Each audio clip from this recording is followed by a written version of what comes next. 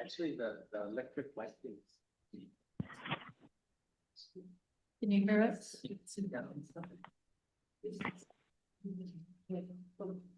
Okay.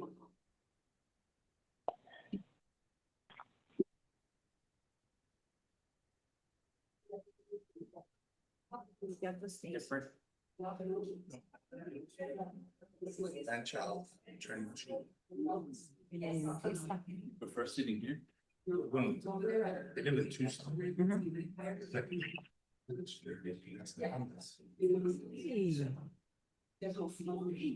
Have their party there or something? Yeah. After a sign.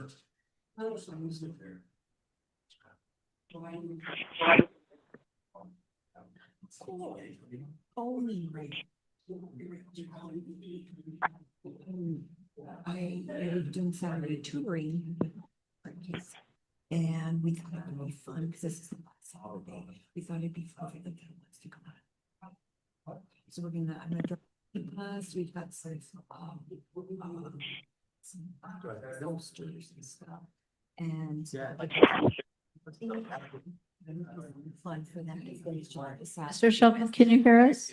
And then whatever. I'm on, yes, The district had the like 30 minutes. of yes, yes. and get credit for the day, and we're done.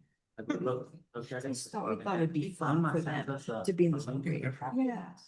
Where it has, you know, like. Oh, yeah, the Like, kids are all. agenda, that's but when she stands up, like, she'll, you know how. The little ones are gonna ride with me, but the older ones can walk. Yeah, I go through that. Yeah. Before I. You know, we've from high school to pre-K, I've sometimes have 18. Yeah, some, which. It's great. School kids to come on Saturday. So it is. They're not graduating, you're in recovery.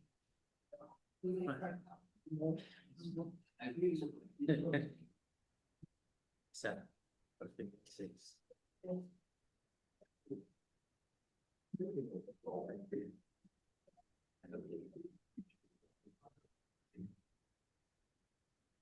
Couple should be 7.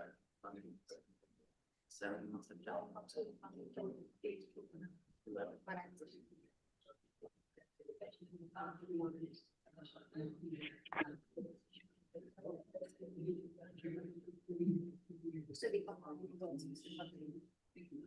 Ma'am, no, I'm not complaining. But it's, yeah, it's, I feel this. Don't even say, show the, you see, people, I see, I try to scale with here, that I went to somewhere, you know. I don't think right. Forget. You're putting up precedent, that you know, when these small opportunities.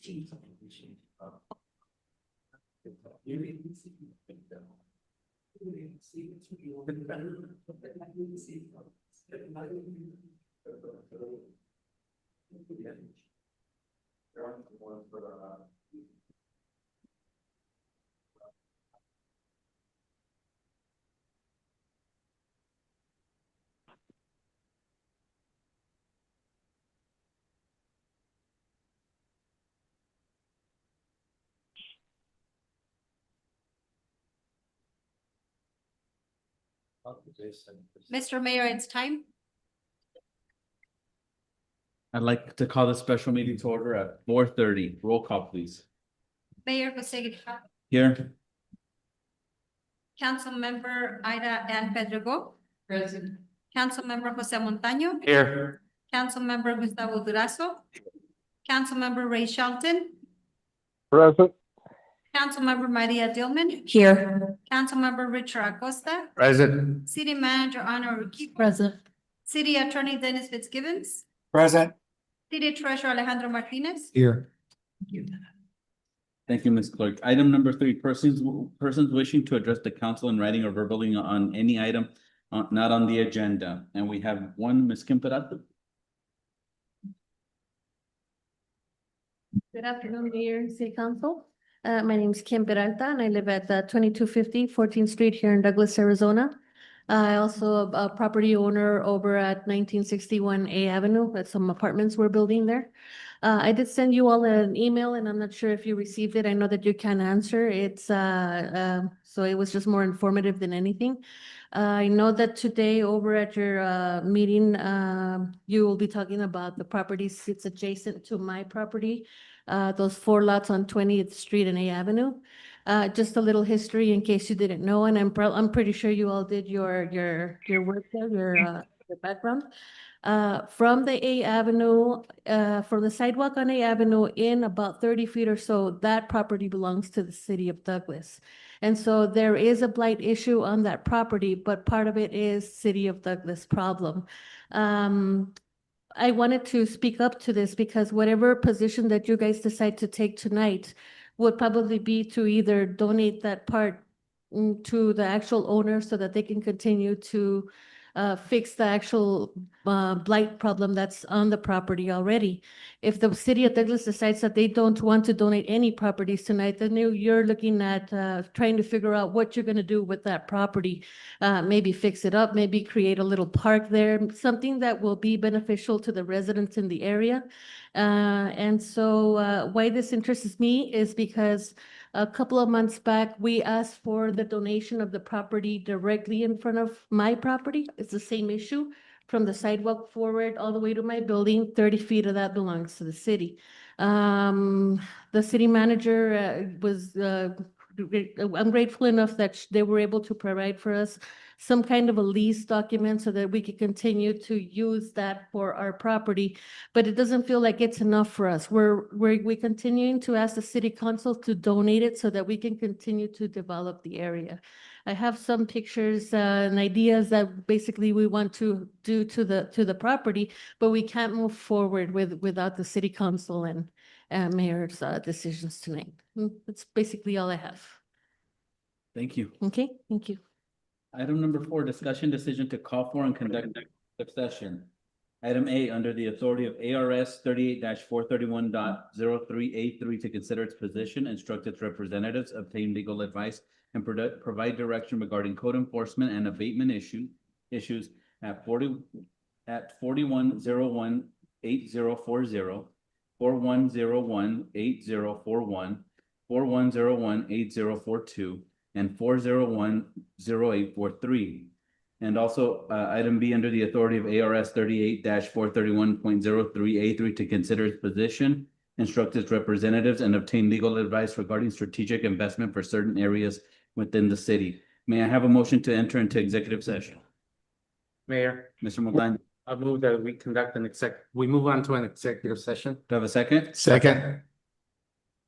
At the same time, I'll give it to Mr. Acosta. Motion by Mr. Montaño, second by Mr. Acosta. Any discussion? Mr. Mayor, Mr. Acosta. yes, I believe Ms. Kim Peralta mentioned she had some drawings. Can we get that, please? You'll get them. Okay. Thank And you. Mr. Mayor, I just wanted to correct, there will not be any decisions made in executive session. So I didn't know, when I was listening to the presentation, I didn't want anybody thinking council was going to make decisions in the executive session. That's not what the executive session's for. Okay, thank you, Dennis. Any other discussion? Hearing none, roll call, please. Councilmember Pedrego, Yes. Councilmember Montaño, Yes. Councilmember Durazo, Yes. Councilmember Shelton, yes. Councilmember Dillman, Yes. Councilmember Acosta, Yes. Mr. Mayor. Yes, motion passes. We enter into executive session at 4:35 PM. Mr. Shelton, you can call the next number. I almost said she was gonna call me. Okay, she'll call you. You can hang this.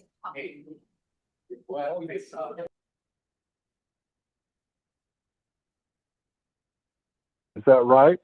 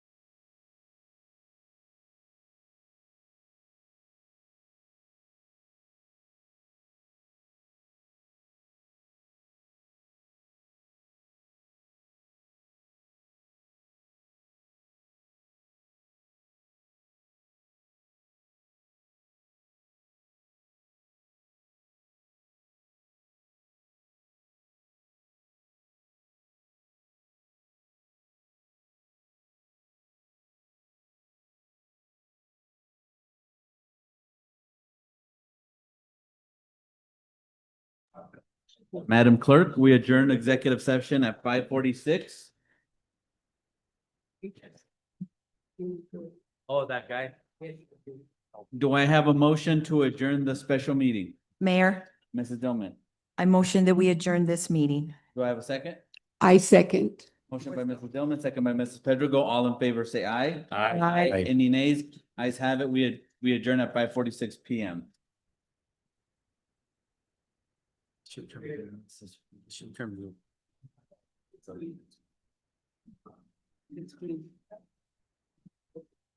I'd like to call this special meeting to order at 5:47 PM. Roll call, please. Or public hearing, sorry. Roll call, please. Mayor Jose Grijalva, Here. Councilmember Ida Ann Pedro. Present. Councilmember Jose Montaño, Here. Councilmember Gustavo Durazo, Here. Councilmember Maria Dillman, Here. Councilmember Richard Acosta, Present. City Manager Ana Urquijo, Present. City Attorney Dennis Fitzgibbons, City Treasurer Alejandro Martinez. Here. Thank you. Item number 3, persons wishing to address the council in writing or verbally on any item not on the agenda. Do we have anyone for this public hearing?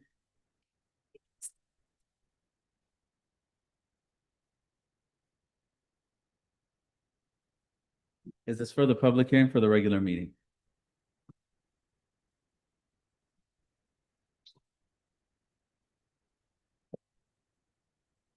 Okay. Mrs. Diana Lamar.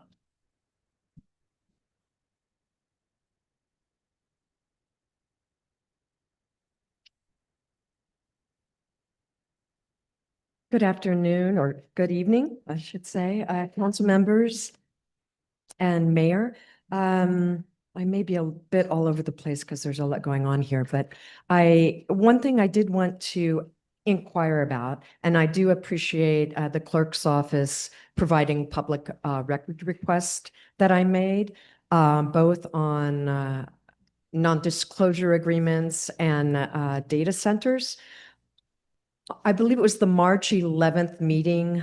Among other things, I inquired whether or not the executive sessions that have been taking place under the title Strategic Technologies, Strategic Innovations, if that is the name of a company, or if that's a broad term being used for a lot of different discussions. I would ask that executive sessions can be the information about what's being discussed, the general point or the company, is that information is provided to the public, because I have no clue, and I'm sure no one else does, what that even means. I wonder if it has anything to do with data centers, both because it's an issue that's going around the country. Recently, the county has been addressing some changes, ordinance to deal with that, and I would encourage the city to do the same. The public record requests provided information that indicated, at least as recent as January 2024, there were discussions happening with a company or companies about a data center locating by the airport. There's a lot of concern about data centers, water usage, and so I would ask that we can get some greater clarity on both of those issues: strategic technologies, greater transparency about executive sessions, a commitment to non-disclosure agreements, and to provide the community with information about plans that are happening in the community, clearly that started a couple of years ago regarding data centers. We would ask that there might be a moratorium on data centers, that there would be a greater inclusion of community input, bipartisan expert input. So that would be really helpful. I think there's a great concern about our water. And I'll mention the diaper drive since the bell hasn't rung yet. There's going to be a diaper drive. People can bring diapers, any size for any age, to the Douglas Indivisible table during Douglas Days on Friday evening or on Saturday from about 10 to 8. And we're giving away diapers, but we'd like to be able to collect more so that we can give more away. So thank you very much. Thank you. You mentioned NDAs. I'll speak for myself. I haven't signed any. Dennis, is there any, as far as Mrs. Lamar's claim on the e-sessions are? Yeah, Mr. Mayor, I wasn't there for her whole presentation. I got let in a few minutes late, so this is a call to the public, I think, and so I didn't hear her criticizing anyone, so I don't think council has a right to respond. Okay, and for the record, Mr. Shelton's on the line. Yes, Item number 4, presentation discussion on public hearing. The purpose of the public hearing is to allow public participation regarding Douglas Drinking Water and the Wastewater Collection West Extension Project Phase 1. Mr. Pedrosa. Thank you, Mr. Mayor. Try to be brief. Purpose of this public hearing is to bring awareness to Phase 1 of the West Extension Drinking and Wastewater Collection System. As you know, this project has been in the planning stages for a while.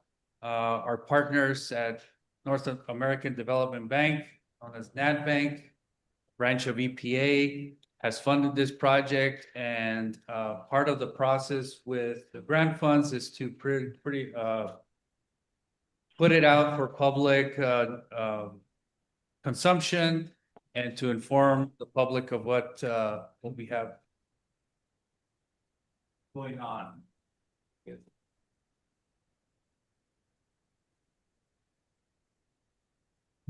This slide, you see the water and sewer, the color, the shades of color there depict the 2 phases. Phase 1 is what we're talking about right now. The one in red, basically extending the water and sewer from the city limits all the way to Cochise College.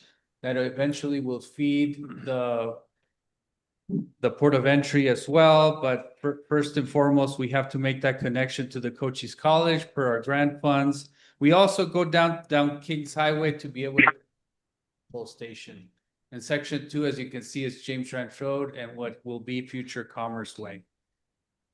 As you know, the city is responsible to bring the water and sewer to the new commercial port of entry. We're talking 29,000 linear feet of water line, 18,700 linear feet of sewer line. The new water campus, as we're calling it, will be built out in Cochise College, basically comprised of a new water well to feed that west side of town, 400,000 gallon reservoir, booster pumps, and all other appurtenances associated with a water well. We're building a utility bridge to cross Whitewater Draw and a pressure reducing valve on SR 80 in Kings.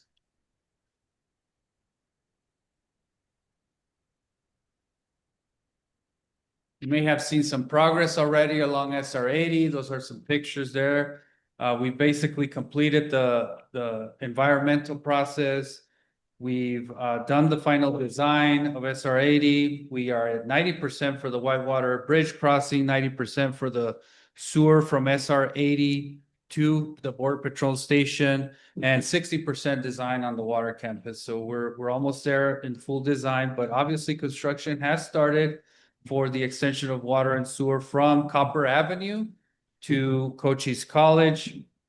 And again, you've seen that the drilling of well 20 has also commenced, not the construction of the entire campus, but just the drilling portion.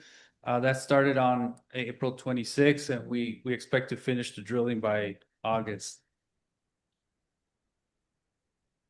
To give you an idea of the different phases, they're color coded because of different components in the construction. We've parceled them out into different 5 phases to be able to bid them out at different stages. So you can kind of see those depicted there.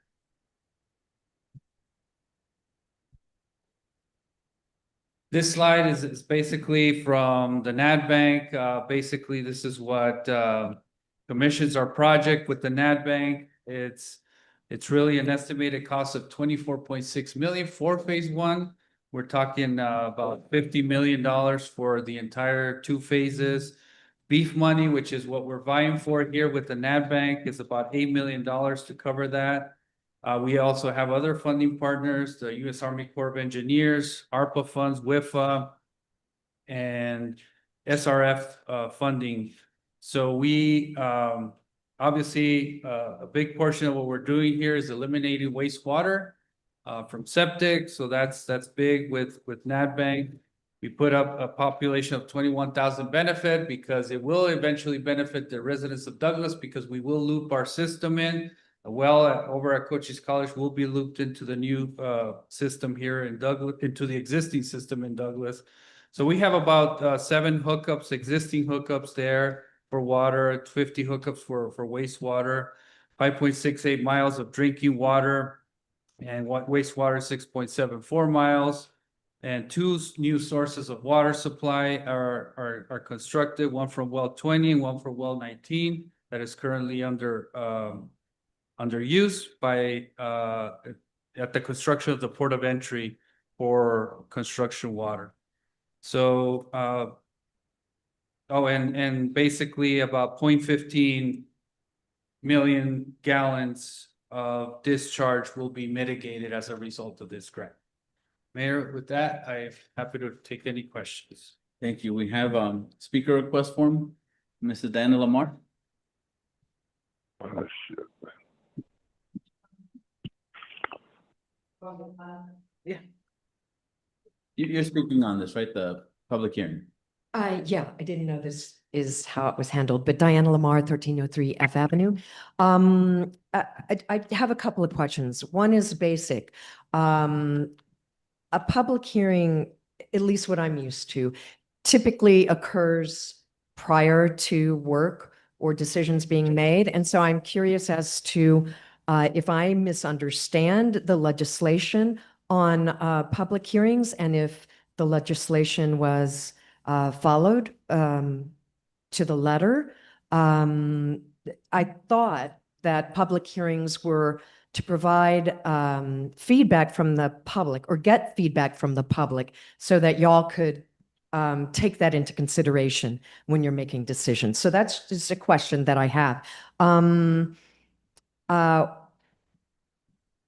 I have I think really fundamental questions. Why is the sewer going all the way to the college?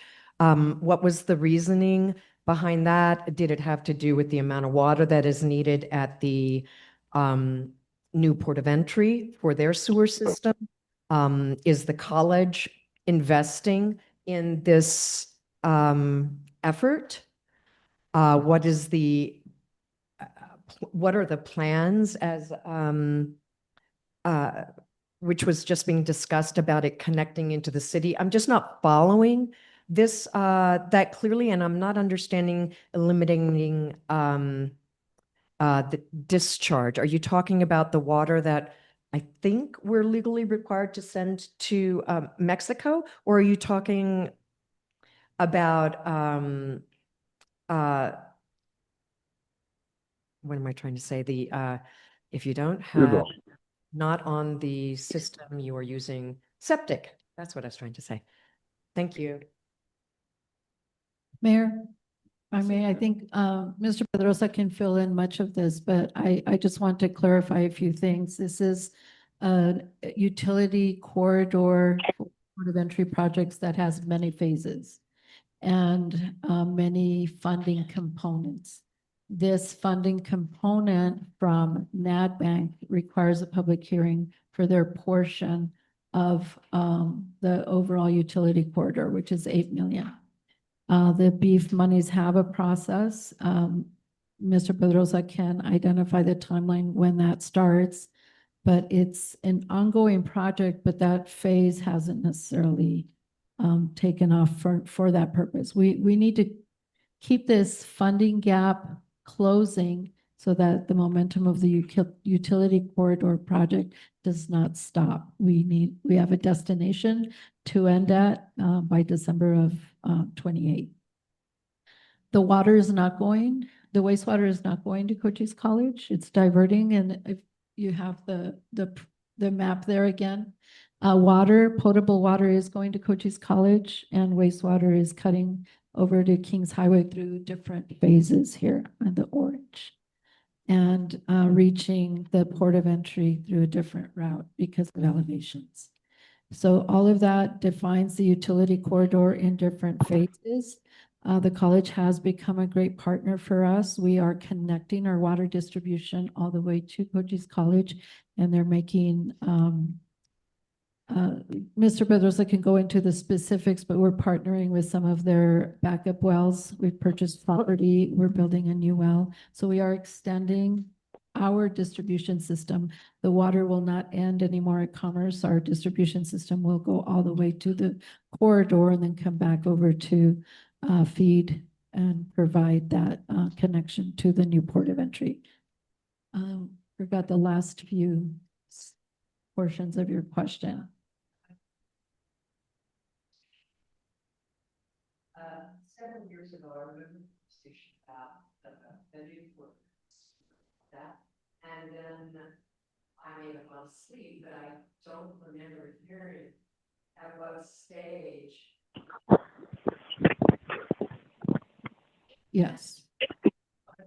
Whether or not college, since they're better than ready fund, are they contributing financially to that? So the reason we're going all the way up to the college, and good question, by the way, is because the grant addresses existing issues. It does not fund future development. So basically, we saw where is the largest mitigation of wastewater within this corridor that we can also bring in the port of entry. So we thought, we got the college, we got the Border Patrol station, and we've got some small businesses and homes along SR 80. So these funding agencies want to see environmental being mitigated or solved. So the college was a big area that we can actually solve the wastewater issue. In fact, our phase is not to go really to the wastewater immediately to the college. We will get there, but we need to cut in to Kings Highway, and then we're gonna go west and then to the port of entry. But that's how we wrote the grant. That's how we were able to be successful, is to capture existing environmental concerns within the area. And to further answer the question about the public hearing occurring prior to work, that's correct. We have not started construction work yet. These funds are mostly to build that bridge and whatever sewer we can afford after the cost of the bridge to get us over to the college. So we're pretty close to finishing the design portion, but we have not initiated construction. May I ask, okay, thank you, Mr. Joseph.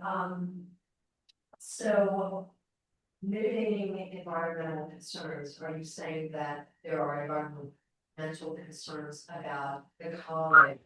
Wastewater discharge Yes. to the ground. Yes, Okay. that's what the septic, yeah.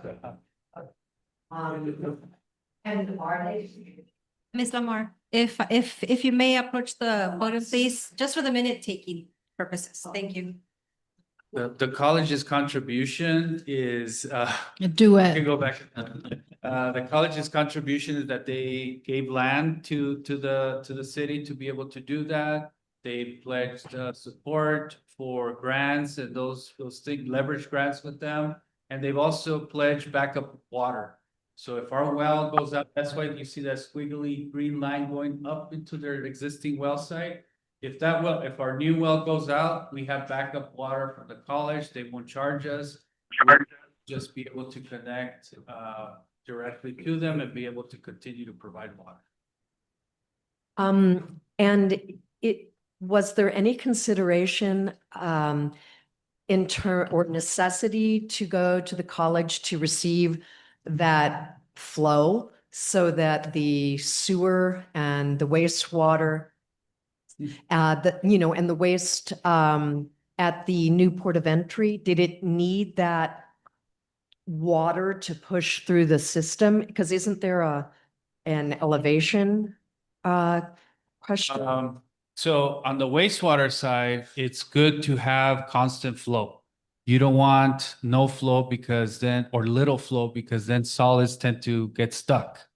And it was always good to have more connections in there so that we have continued flow for the wastewater. But as far as the water, it just kind of made sense that that's the best place to acquire land. We needed to feed, the college also wanted to be a customer of water. It made a lot of sense to establish a campus there and be able to come back and feed all of the development, the commercial port, and then loop back into our system. And so will the college be receiving a water bill? Yes, there'll be a water customer. There'll be a water customer. Thank you. And so- And are there going to be any additional hearings? I know someone who lives in the area and they have felt pretty in the dark. I mean, many people I've talked to don't have a clue about the work that's going on out there. So I was curious if there will be additional public hearings. We'll follow the process for public hearings, but this Friday, we're gonna be delivering letters to the people along the corridor so that they see the work going on and they're gonna know exactly like, look, we're building a water line and sewer line. We had already approached them before as well, but it's been some time, so we wanna make sure that they know of the work going on. They gotta know that we're building it, but they're not gonna be able to connect right away. There's gonna be a wait process. That's also gonna be part of our messaging. And last question then, is there going to be the need for an additional wastewater treatment plant? Oh, good questions. So that was part of our analysis. Should we build a new wastewater plant? Can our existing wastewater treatment plant, which was just expanded, can it handle the flows? So we did an analysis and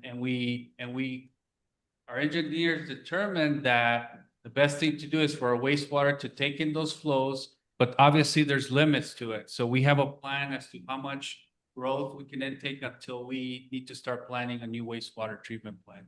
So we have all that analysis as to how much flows we can really accept, but we projected out about, I want to say 40 to 50 years out that we can handle flows. But 40 and 50 years, you'd be surprised. You kind of need to start planning that wastewater treatment plant long before that. Thank you. And no other questions? Item number 5, adjournment. Do I have a motion to adjourn? Mayor, I Mrs. motion to adjourn. Do I have a second? Second. Motion by Mrs. Pedregal, second by Mrs. Dillman. All in favor, say aye. Aye. Any nay? Ayes have it. We adjourn the special meeting at 6:10 PM. This is fun, isn't it? Because then we have a third meeting, a regular meeting. I'd like to call this regular meeting to order at 6:10 PM. Let's all please stand for the Pledge of Allegiance and stay standing for the invocation. I pledge allegiance to the flag of the United States of America and to the republic for which it stands, one nation, under God, indivisible, with liberty and justice for all.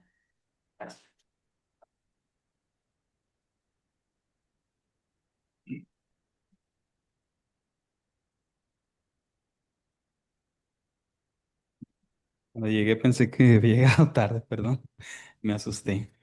Dice el Salmo 127, si el Señor no construye la casa, el trabajo de los constructores es una pérdida de tiempo.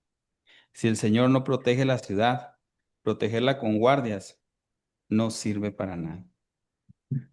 Oramos. Padre, esta tarde, delante de tu presencia, estamos aquí agradecidos por tu amor, por tu bendición, Señor, y porque siempre estás a nuestro lado. En esta hora, Padre, en esta apertura de esta sesión, elevamos oración, Padre, por nuestro alcalde, por nuestros concejales y por todos los líderes que tú has puesto y dispuesto en esta ciudad, Señor. Que tú des sabiduría, Señor, para que ellos tomen las decisiones por el bien de nuestra ciudad, de nuestra sociedad, Señor. Elevamos una oración especial también por nuestra nación y por la paz. Con nosotros y guárdanos, Padre. Bendícenos en el nombre de Cristo Jesús. Amén. Amén. Thank you. Pastor, tell us where your church is located, your hours of worship. Todo bien, gracias a Dios, haciendo lo mejor por la ciudad y bueno, en el trabajo que Dios nos tiene haciendo aquí. ¿Y dónde está su iglesia? Estamos en 350 D Avenue. Y los días que los estamos servicios. domingos a las 10:30 de la mañana. Muchas gracias. Bendiciones. Todo lo que hace por la comunidad. Gracias. Item number 4, roll call, please. Mayor Jose Grijalva, Here. Councilmember Ida N. Pedrego. Present. Councilmember Jose Montaño. Here. Councilmember Gustavo Durazo. Here. Councilmember Ray Shelton. Here. Councilmember Maria Dillman. Here. Councilmember Richard Acosta. He stepped out. Here. City Manager Honor Kiko. Present. City Attorney Dennis Fitzgibbons. Present. City Treasurer Alejandro Martinez. Thank you. Item number 5, events update. Hello and welcome to the City of Douglas Recreation Department monthly updates. This month, we are excited to share everything happening in our community as we prepare for one of Douglas's biggest celebrations of the year. The 11th Annual Douglas Days. Celebrating America 250 and Douglas 125. Join us on May 15th and 16th in downtown Douglas and Raul Castro Park for 2 exciting days filled with entertainment, culture, history, and family fun. This year's celebration will feature live entertainment, delicious food vendors, local shopping vendors, and activities for all ages. See the schedule for more details. Also, on Saturday, May 16th, we'll be on off-site Douglas Days location, the opening reception for the Douglas 125 and America 250 exhibition at the Grand Theater from 12 p.m. to 3:30 p.m. You won't want to miss this incredible showcase of Douglas's in the United States history. We are inviting the community to participate in the Douglas Days Parade. Parade sign-ups are open. We encourage local businesses, schools, organizations, clubs, and community groups to be part of this exciting tradition celebrating the spirit of Douglas. Vendor registration is also open on Civic Rec for food and craft vendors, informational booths, and local businesses wanting to showcase their products and services during the festival. During Douglas Days, visitors will also have the opportunity to enjoy guided transportation tours to the historic Slaughter Ranch Museum and learn more about the rich history that helped shape our community. Thank you for supporting the City of Douglas Recreation Department. Let's come together to celebrate our community, our traditions, and our future at Douglas Days 2026, where crossroads meet. We look forward to seeing you there. Join us at the City of Douglas Aquatic Center and 8th Street Pool for our Summer 2026 aquatics programs. We will be hosting a free open swim this Saturday, May 16th at the Aquatic Center from 12 to 4 to celebrate the 11th Annual Douglas Days. Celebrating America 250 and Douglas 125. This Sunday, May 17th, will be our last weekend of open swim at the Aquatic Center from 12 to 4 p.m. We currently have lap swim and therapy pool hours at the Aquatic Center from Monday through Friday from 5 to 8 a.m. and 4 to 7 p.m., and Saturdays from 7 to 10 a.m. You can still join our water aerobics program, which ends on May 29th. Classes are Monday, Wednesday, and Friday at the Aquatic Center from 6 to 6:45 p.m. Different payment plans are available. Kick off summer 2026 with us at the 8th Street Pool this Memorial Day weekend. We will have open swim from May 23rd to May 25th from 12 to 4 p.m. Swim lesson registration is now open for the summer. Our first session starts on June 1st, 2026. We will have 3 sessions this summer with lessons available in the morning and in the afternoon from Monday through Thursday. Don't miss out on our amazing swim lesson programs at the Aquatic Center. Our Douglas Dolphins Competitive Swim Club will start on June 1st at the Aquatic Center. The program runs Monday through Thursday from 12 to 1:30 p.m. at a cost of $80 a month. We have different payment plans available. Feel free to give us a call for more information. Our lap swim hours at the Aquatic Center will be changing on June 1st with an extended afternoon lap swim from 4 to 8 p.m. Open swim at our 8th Street pool will start on June 3rd, 2026. We will be open from Wednesday to Sunday from 12 to 4 p.m. Come try out our new diving board. As we approach the end of the school year, the Aquatic Center will be closed on May 13, 2026, for afternoon lap swim as we host the DHS 2026 track team banquet. We will also be closed for afternoon lap swim on May 22, 2026, as we celebrate our Douglas High School graduating class of 2026. Feel free to give us a call with any questions or concerns regarding our City of Douglas aquatics programs. Thank you. And for the Douglas Days Parade, you can also stop by the Last Supper Museum on G Avenue because Mr. Braverman's here. He'll be open then. Mr. Acosta joined the meeting at 6:13 to be on the record. Mrs. Lamar, you have item number 5 events on this. Do you want to speak about it again since it's you could be quick about it? All right, Douglas Indivisible will have a table at Douglas Days Friday and Saturday. And we are doing a diaper drive. So we encourage everyone in the community that can afford to go to a store and purchase some diapers for any size, any age, and bring them over to the park either Friday evening or throughout the day on Saturday. Also, those diapers are being given away free of charge, just being given away to people in the community that need them. Thank you. Thank you. Item number 6, Mayor and Council member updates and or reports. We will go in order. Mrs. Pedregal? Good evening. Can you hear me now? Yes. Let's see. Today, I attended the mayor and manager luncheon in Benson with Mrs. Urquijo and Jennifer Smith. It was very informative, very informative. I also yesterday saw a video with the mayor pertaining to how to account for numbers and leakage in the community. Again, very informative information that is used. I also had with Mrs. Urquijo and Mr. Pedrosa a drive-through through my, what would be Ward 1. I was very informed because I thought of Ward 1 a little differently than the way it was designed. But I just want to say it's been a welcoming joining the team and hopefully it continues. Thank you very much. Thank you. Mr. Montaño? Yeah, I'll make it quick. I met with several constituents throughout this past month, addressed a lot of their concerns. Then I attended the fire department awards. I want to congratulate all those that received awards with the fire department and thank all the employees within the fire department for all that they do for the community. I attended Opportunity Zones online briefing that was very informative, and I'm pretty sure a couple other people are going to talk about that in depth. Then I attended last week, I think I attended the Employee Appreciation Luncheon. So I want to thank all the City of Douglas employees, all the staff, everything, all the hard work that you guys put in for the city day in and day out.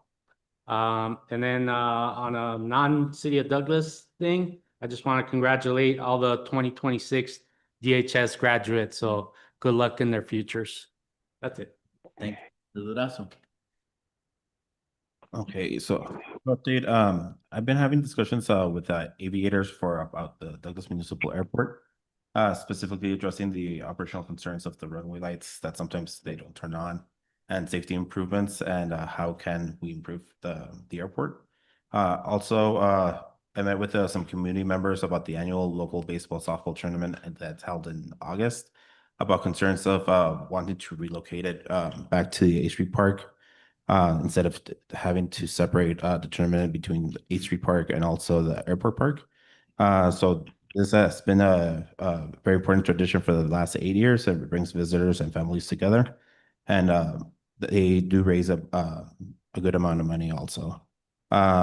Today I spoke to Mr. Berberman over at the Last Supper Museum. We talked about very passionate discussion about the future opportunities to make promote tourism and recreation here in Douglas.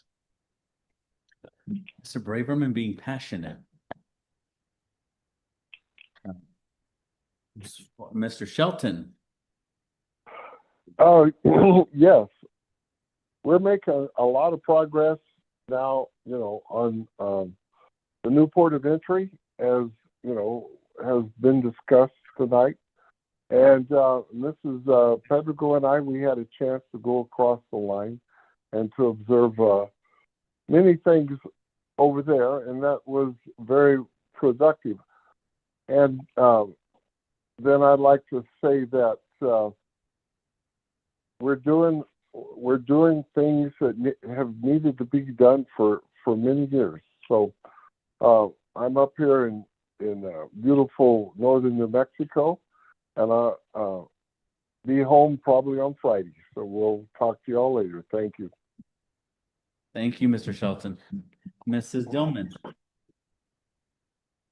I've been attending a lot of events around town. I pretty much go to almost everything, me and my husband. And I just want to highlight a few of the things that we have attended and thank them for their hard work in putting on these events. We first did the city charter education sessions. I want to thank Abe Villarreal and Cochise College for hosting the events. He went from what is a charter to all the ballot measures, and I liked the way it was presented, and it has helped me vote better for what I feel is right in my heart for voting. And I really appreciate that information because I was a little unsure about what the charter really was. And I just want to remind everyone to please vote next week. It's really important. Some of you may think that your vote or your voice does not matter, but it does. And it's our right. And we need to use that right. Also, I wanted to thank Diana Pacheco and the sponsors of the Gran Fiesta del Día del Niño. That was at the 10th Street Park. There were a lot of people. There was music. The folklorico groups were there. It was a really nice evening, and it was nice to see the community come out and enjoy that. And of course, Thunder Mountain Wrestling, we can't forget that. I like that event because it is general admission, is free, and it's a great thing for kids to go to. And if you have kids that just don't know what to do and that comes to town, they really need to go to that because it's free. And every time it comes, it seems more and more community and public involvement, and that's what we enjoy. And I think that they should keep coming. I'm sure they probably will. Also, I went to the Boys and Girls Club Family Night Community Potluck, and it was nice to talk to a lot of the parents. I got a lot of feedback about their concerns, and we need more stuff for the kids, and it was nice to see all the kids having fun, playing games. They were outside running around, and I was glad to be part of that as well. Also, the Paul Huber Middle School Folklorico Dance Recital was really, really a beautiful event. I want to thank Gemma Herman and her staff. They work really hard with the kids, and it shows in their performances. So I appreciate them, and I enjoy going to all of their events. And also, they have added the Immaculate Conception Folklorico group as well. Attended the Public Works Recognition Luncheon. Wanted to thank them, as Mr. Montaño did. Without them, the city doesn't run. And they are out there not just from 9 to 5, Monday through Friday. They're out there on the weekends working on water issues, anything that needs to be done after hours, and we don't see that. So I thank them for all the work that they do, and they really make this city run. And the Mariachi Festival was well attended. It was great. The performers were wonderful. I want to thank Sergeant Davidson and Cochise Sheriff's Department for all the work that they did for that. It was very, very beautiful and well attended. And I did also attend the opening reception for the Moments That Made Us, the American 250 and the Douglas 125 exhibition. And I also encourage the community to go to that. It was very well presented. You know, Douglas, as I keep saying, has such a rich history. We have added so much to making America, from our railroads to our smelting and to our aviation. We have promoted a lot into this country, and we need to be proud of Douglas. We have first, second, third, fourth, fifth generation community members here. We love our town, and we need to be proud of our town, and we just have to keep helping it grow and be a community and be, you know, kind to each other, and we need to be out there helping each other. So that's all I got. Thank you. And she keeps all the flyers, so don't think they go to waste. Mr. Costa. Yes, thank you, Mayor. Again, you know, with my job, school year is winding down, and just busy, very, very busy attending all these award ceremonies. And again, my baseball season just finished last Monday. But to begin my reports, I want to first and foremost thank Ms. Marta Alonso, who's here present. She sent me a letter here, and I want to talk about HOSA. Good evening, Mayor and members of the council. On behalf of Douglas High School Bioscience HOSA, I would like to share some of the incredible accomplishments our students achieved this year through leadership, service, and dedication to healthcare education in our community. This year, students demonstrated what it truly means to lead through service. Through our partnership with the National Marrow Donor Program, students recruited over 120 new potential stem cell donors. Under the leadership of Yailin Pulido, our chapter director, donors were recruited not only for the NMPD PUSA, but also for NMPD BD Mexico, which was made possible through events like the Mexican Baseball Fiesta held here by our city of Douglas. Most importantly, one of the donors recruited by our students this year was identified as a match and went on to help save a life. A powerful reminder that student leadership can have a direct and lasting impact on others. Also, in partnership with the American Red Cross, our chapter hosted 3 community blood drives, collecting over 100 pints of blood to support patients in need. Our chapter of 67 members remained highly active throughout the year. 50 students qualified and attended the Arizona HOSA State Leadership Conference in Tucson. 21 students have now qualified to represent Douglas and Arizona at the International Leadership Conference this coming summer, and I believe it's in Indianapolis. So we're also proud to announce that Yair Grijalva was selected as the 2026-27 president-elect for the Arizona HOSA and will serve a 2-year term on the state officer team, representing students from across Arizona. Beyond competition, students focus heavily on professional growth and health advocacy. 45 members earned Arizona HOSA Pulse Awards, recognizing leadership and chapter involvement, while 48 students became certified health literacy ambassadors, helping combat misinformation and promote reliable health education within our community. In addition, Maria Belen Franco earned a prestigious Arizona HOSA State Scholarship of $2,000 in recognition of her hard work, leadership, and academic achievement. Perhaps most impressively, Bioscience HOSA students accumulated nearly 3,000 hours of community service this year. These hours reflect countless evenings, weekends, service project, healthcare care events, and volunteer opportunities completed by students committed to making a difference. Our students continue to prove that leadership is not only about titles or awards, it is about service, compassion, professionalism, and commitment to improving the lives of others. We are incredibly proud of the example they continue to set for our school and our community. Thank you for your continued support. of Career and Technical Education, Bioscience in HOSA in Douglas, Arizona. Thank you very much. Okay, also, Let's give them. yeah, let's do a big round of applause.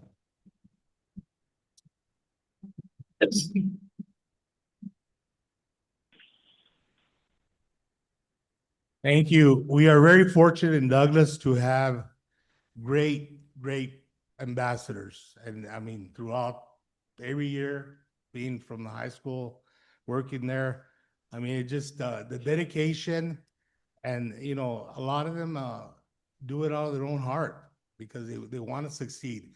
And why did I bring this up? Only because we want to bring the infrastructure down to Douglas. We want these young men and women that go out there and get their college careers to come back and work in a field that we could have here in Douglas. So aside from that, last night, they had the awards assembly. Congratulations to valedictorian Cesar Romero, who will be attending Emory University in Georgia.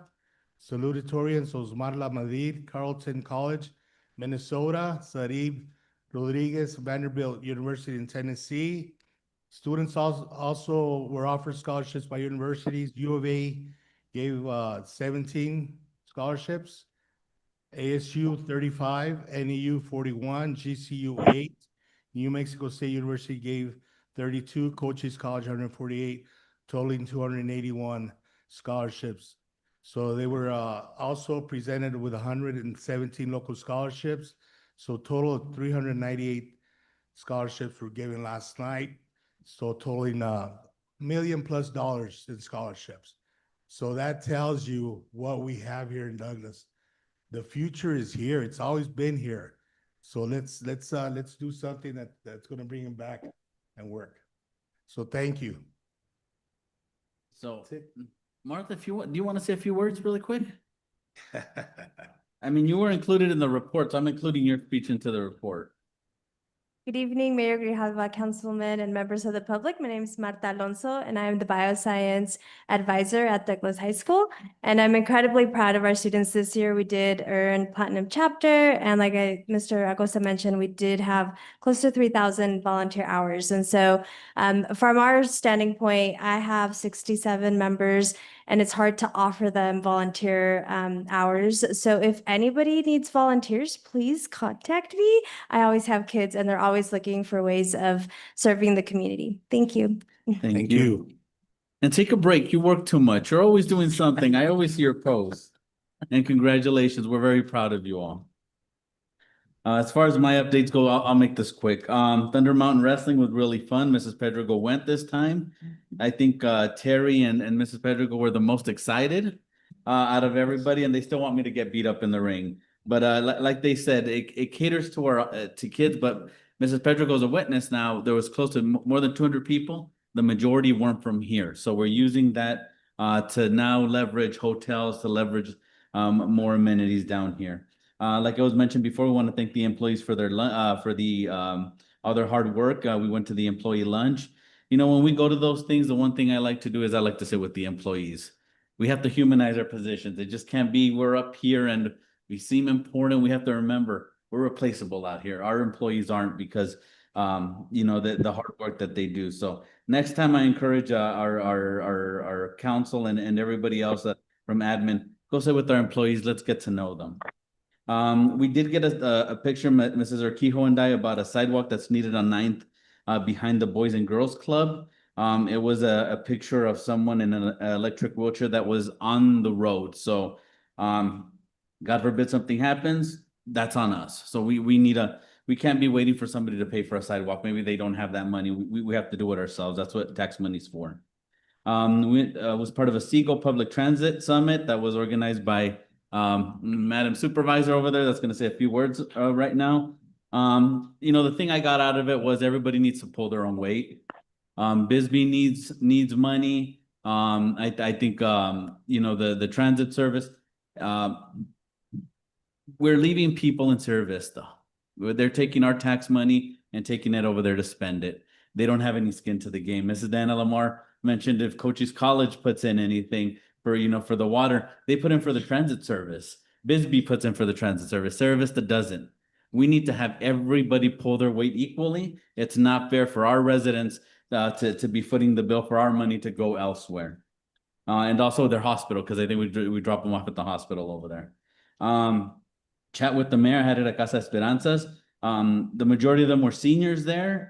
They want more they want a senior center and activities. I know I posted something and I got a few messages about we already have a senior center. We need a senior center catered to what our seniors are looking to do. They don't want to play board games. The one thing they told me, and Cynthia was there, correct me if I'm wrong, they want karaoke, they want dancing, they want yoga, they want, all these different activities that, we have to cater to them. We also collect their tax money. Went to the, as it was mentioned, Arizona Commerce Authority meeting that in partnership with the county. They talked about Opportunity Zones 2.0. I just want to say we got very lucky, and Kathleen can come up here later and say how lucky we got. They're using the 2020 census numbers when we were at the bottom of the barrel economically. Right now, and I'll say this proudly, I think we're in a better position than any other city in the county. Sierra Vista suffering a bit, Bisbee suffering a bit, Wilcox. We're the ones, if you saw that report online with Voice of Cochise Voice, we're the only ones that have the retail and the restaurant and bar. We're up very, very substantially. So we're in a good position. They're using the 2020 census numbers. So we're going to get a good chunk of opportunity zone. So like Mr. Acosta said, the time is now for Douglas. And, I just want to give a piece of advice too for anybody that's representing Douglas that goes to these meetings. The Commerce Authority said, we have to play evenly with Maricopa, with Phoenix. You know what? It hasn't been even for how many years? When industry comes, the state pushes to Maricopa, and if it doesn't push to Maricopa, then it pushes to Pima. We have to speak up. And I'm sorry, it just can't be the mayor. It has to be everybody else speaking up for our little city, because I'm tired of hearing people say, I don't know where Douglas is. At this point, we're getting talked about so much, and I'll talk about it in a few other updates right here. We're getting talked about internationally. We need to speak up. We just can't be complacent anymore. My updates are all over the place as far as I remember. I want to thank the food bank. They had a luncheon for their volunteers that's opening up soon. I want to thank Mark Adams. He invited me to a lunch with the moderator of the Presbyterian Church. I got to meet them. Please go to their potlucks. Those were the best enchiladas I've had. And it was with the Mexican cheese, with the queso Chihuahua. So it wasn't the usual ones you eat. So when they have a potluck, be sure to go. Speaking internationally, the consulado came and met with me because I don't know if you all remember a while back, there was some mezcal entrepreneurs that were interested in setting up a distribution center in Douglas. Now it's the state of Oaxaca. They want to not only bring that, but they want to bring their artisan. They want to bring all these different things that they sell over there to come sell here. So we're getting talked about way deep down in Mexico. And also had someone come in with the connections to wanting to do a cultural event for Colombia. So they want to come and do an event down here. Again, they were just saying, give us the stuff that we need for the performance. You don't even need to pay us. So we're getting talked about. When did you ever expect Douglas to be getting talked about all this time? I want to thank and congratulate Knuckleheads Boxing Gym for passing their inspection. They extended an invite. I asked them to extend the invite to their business opening. And when you have a new business, or even when you have the inspection, because you're going to say, this is what I'm going to do here. If you want to invite me so I could get excited and, we could start advertising and marketing all these new businesses, let me know. I'll make time for that. But it's going to be neat to not only have boxing events here, but then have local boxers and get their names out. I want to again thank Jesus Davidson for the Mariachi Festival. He did everything. I think mostly on his own for that. He organized it. He got all those donations. I mean, he worked hard for that. And, I've been talking to organizers of festivals, and one of them was mariachi. And I asked him, do you want to keep this? Is this going to be your baby? So he wants to keep that. The sheriff's department. So we'll bring other type of festivals. There's always country music. There's always Americana. There's always jazz. There's always something else. And another audience that we have not catered to. Also, congratulations to Gemma Herman, like Mrs. Dillman mentioned with her folklorico, not only with with the kiddos there, but also with the Immaculate Conception dancers. You know, when I would just say go to these events because it reminds you of our culture. Sometimes we get lost in the national media and all this news. Sometimes it's just nice to sit down and enjoy a performance with these young people, and when they do it out of love for their city and their culture. I did get a concern this morning about between on 10th Street between Washington and Van Buren about racing. That there's cars that are going really fast racing, and it's causing some concern with people crossing, especially with kids. And also putting this out there before we go, going to ICSC in Las Vegas for the National Retail Convention, where I have a meeting with two businesses. Mrs. Pedregal is going to go. Mrs. Urquijo is going to go. Reason I'm saying it before we go, because I just don't want to say, hey, I went to a convention. I want you all to hold us accountable next month. Say, who did you talk to? Who are you going to bring down here? This is your tax money that's being spent. And I also want to be transparent, just in case the Herald wants to do another article about my traveling.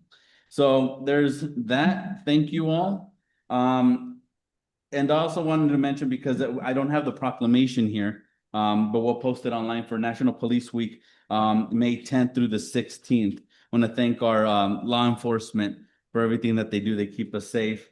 I know I feel a little bit better when there's always a kid around, and especially when they're there to protect us. So we thank you. Anything we could do for you, just let us know. We're here to serve you too. Now, presentation of awards.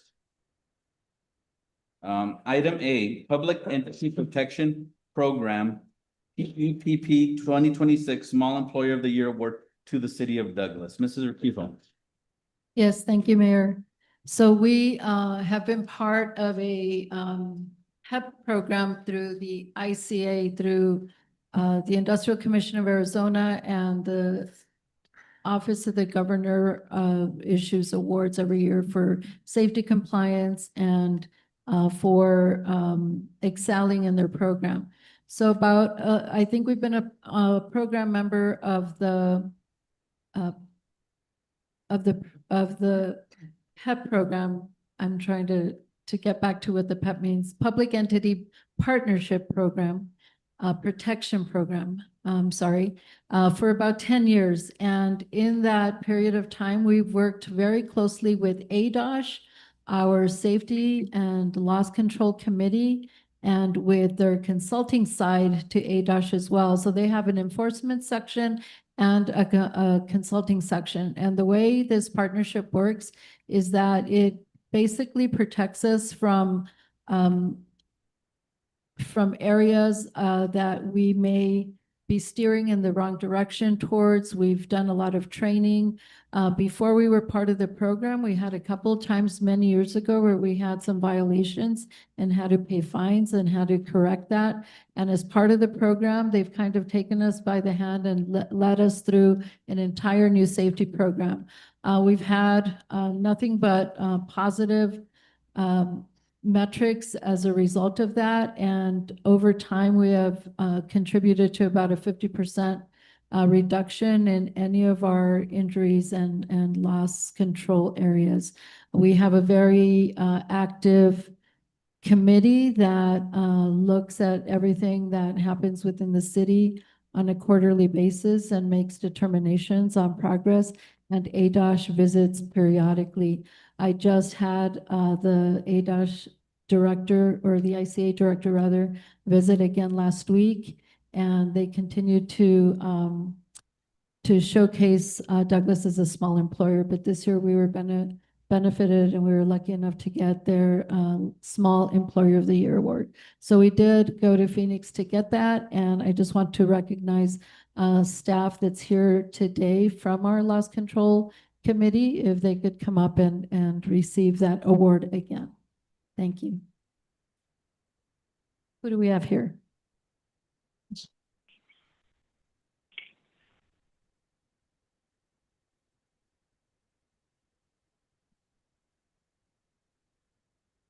Council, so we can come down, so we can get a picture.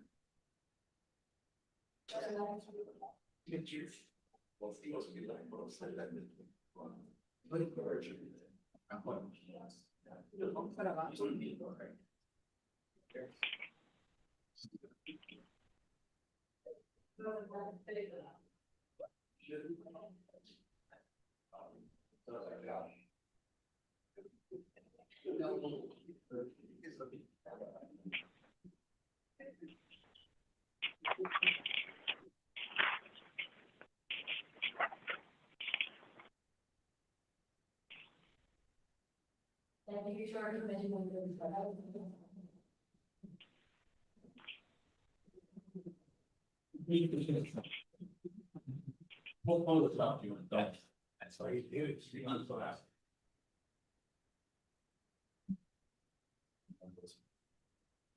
Don't worry, me either. Item number 8, reading of proclamations. This is Emergency Medical Services Week. Whereas emergency medical services is a vital public service, and whereas the members of emergency medical services teams are ready to provide life-saving care to those in need 24 hours a day, 7 days a week, and whereas access to quality emergency care dramatically improves the survival and recovery rate of those who experience sudden illness or injury, and whereas emergency medical services fills healthcare gaps by providing important out-of-hospital care, including preventive medicine, follow-up care, and access to telemedicine. And whereas the emergency medical systems services system consists of first responders, emergency medical technicians, paramedics, emergency medical dispatchers, firefighters, police officers, educators, administrators, pre-hospital nurses, emergency physicians, trained members of the public, and others out of hospital medical care providers. And whereas the members of emergency medical service teams, whether career or volunteer, engage in thousands of hours of specialized training and continuing education to enhance their life-saving skills. And whereas it is appropriate to recognize the value and the accomplishments of emergency medical services providers by designating the Emergency Medical Services Week. Now therefore let it be resolved that I, Jose Grijalva, Mayor and on behalf of the City of Douglas Council, do hereby proclaim the week of May 17th through the 23rd, 2026 as Emergency Medical Services Week in the City of Douglas, and encourage the community to observe this week with appropriate programs, ceremonies, and activities in honor of the EMS profession and the essential service it provides. Let's thank every one of them. Sometimes I feel like we take them for granted because we only think about them when we need them, but we need to thank them for everything that they do. So thank you all. And I think that's why he wore his scrubs today, because we're doing the emergency medical week, but thank you all. Next one is National Public Works Week. Whereas public works professionals focus on infrastructure, facilities, and services that are of vital importance to sustainable and resilient communities and to the public health, high quality of life, and well-being of the people of Douglas, Arizona. And whereas these infrastructure, facilities, and services cannot be provided without the dedicated efforts of public works professionals, who are engineers, managers, and employees at all levels of government and the private sector who are responsible for rebuilding, improving, and protecting our nation's transportation, water supply, water treatment, and solid wastewater systems, public buildings, and other structures and facilities essential for our citizens. And whereas it is in the public interest for the citizens, civic leaders, and children in the City of Douglas to gain knowledge of and to maintain an ongoing interest and understanding of the importance of public works and public works programs in their respective communities. And whereas the year 2026 marks the 66th annual National Public Works Week sponsored by the American Public Works Association. Now therefore let it be resolved that I, Jose Grijalva, Mayor, and on behalf of the City of Douglas Council, do hereby proclaim the week of May 17th through the 23rd as National Public Works Week, and urge all citizens to join with representatives of the American Public Works Association and government agencies in activities, events, and ceremonies designed to pay tribute to our public works professionals, engineers, managers, and employees, and to recognize the substantial contributions they make to protecting our nation's health, safety, and quality of life. Thank you. Next item on the agenda, item number 9, government updates.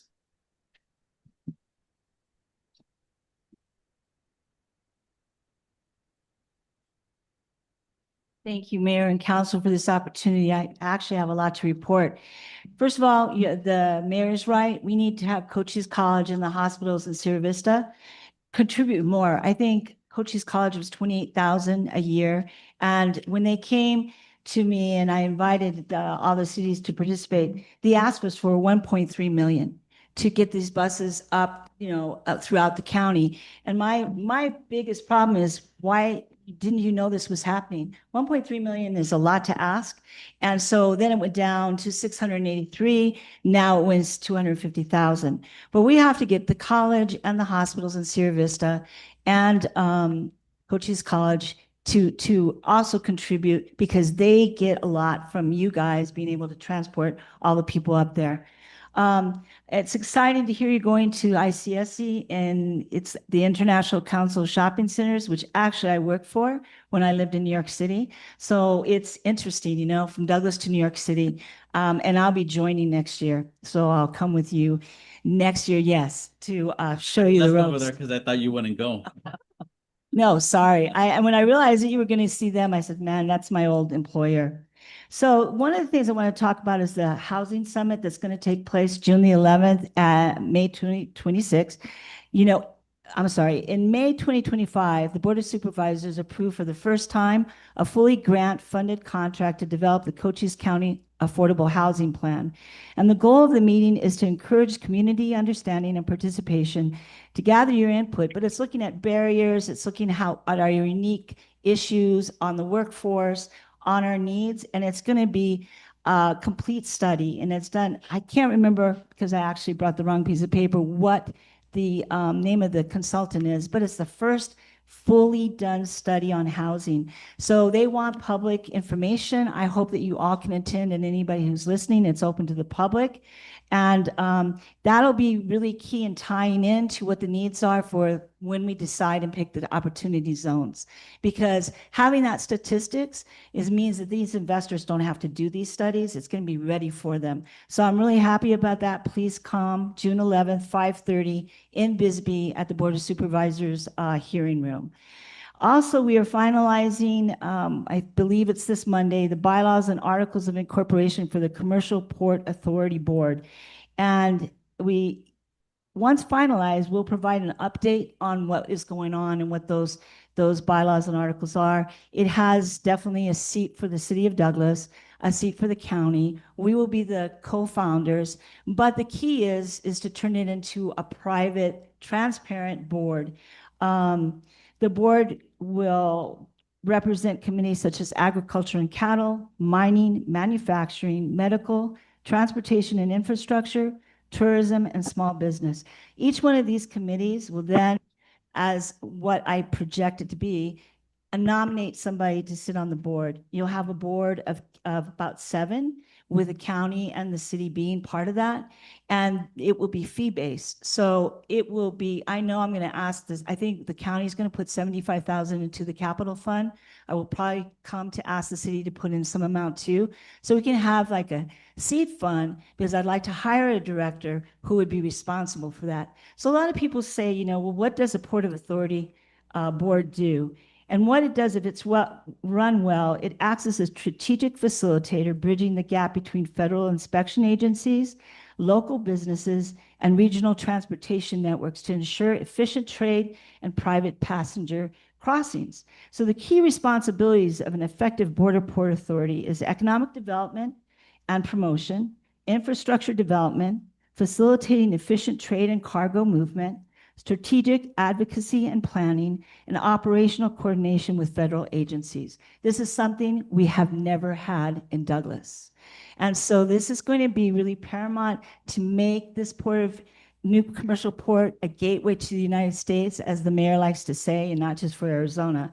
And I've gotten a lot of feedback from the Arizona border counties, from a lot of different agencies, that this is something that should have been done, and they're very excited that we're going to do it. Again, transparent. Everybody can be there. Everybody has a seat. They will be, member-based, and the fee will be depending on the number of employees the company has. So you'll have the big ones like Grupo Mexico. You'll have, custom brokers for some of the truckers. So it's all going to be based on a fee based on how large of a corporation or business you are. So with that, and this is what's so key, this is all happening at a strategic time.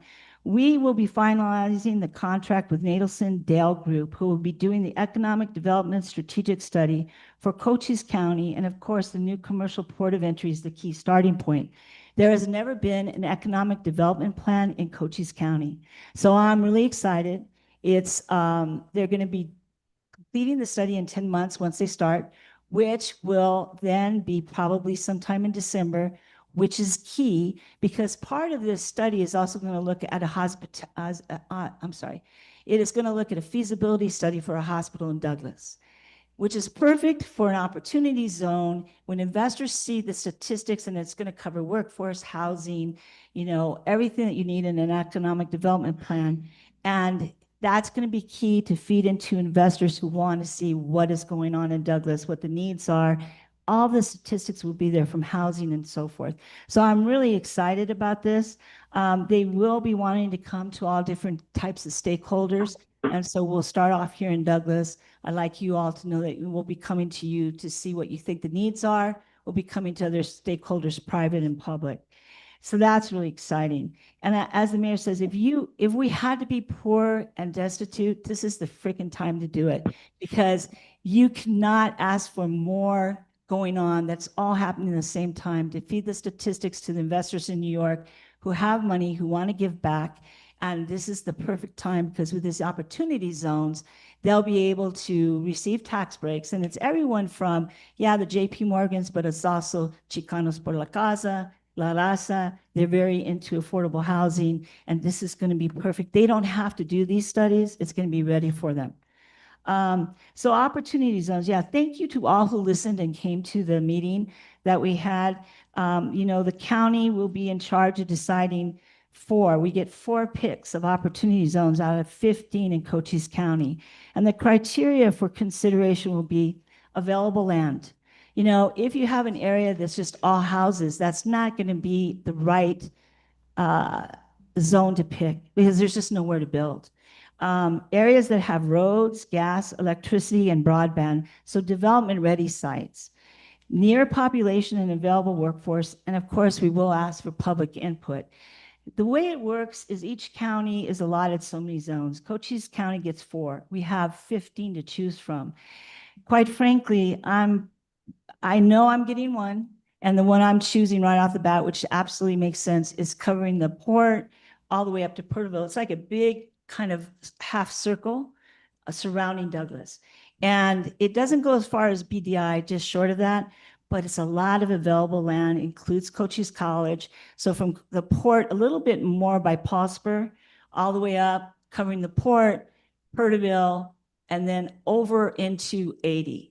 That's the number. That just makes sense because we're going to cover the port. We have available land, there's infrastructure, and we're going to have a workforce out there.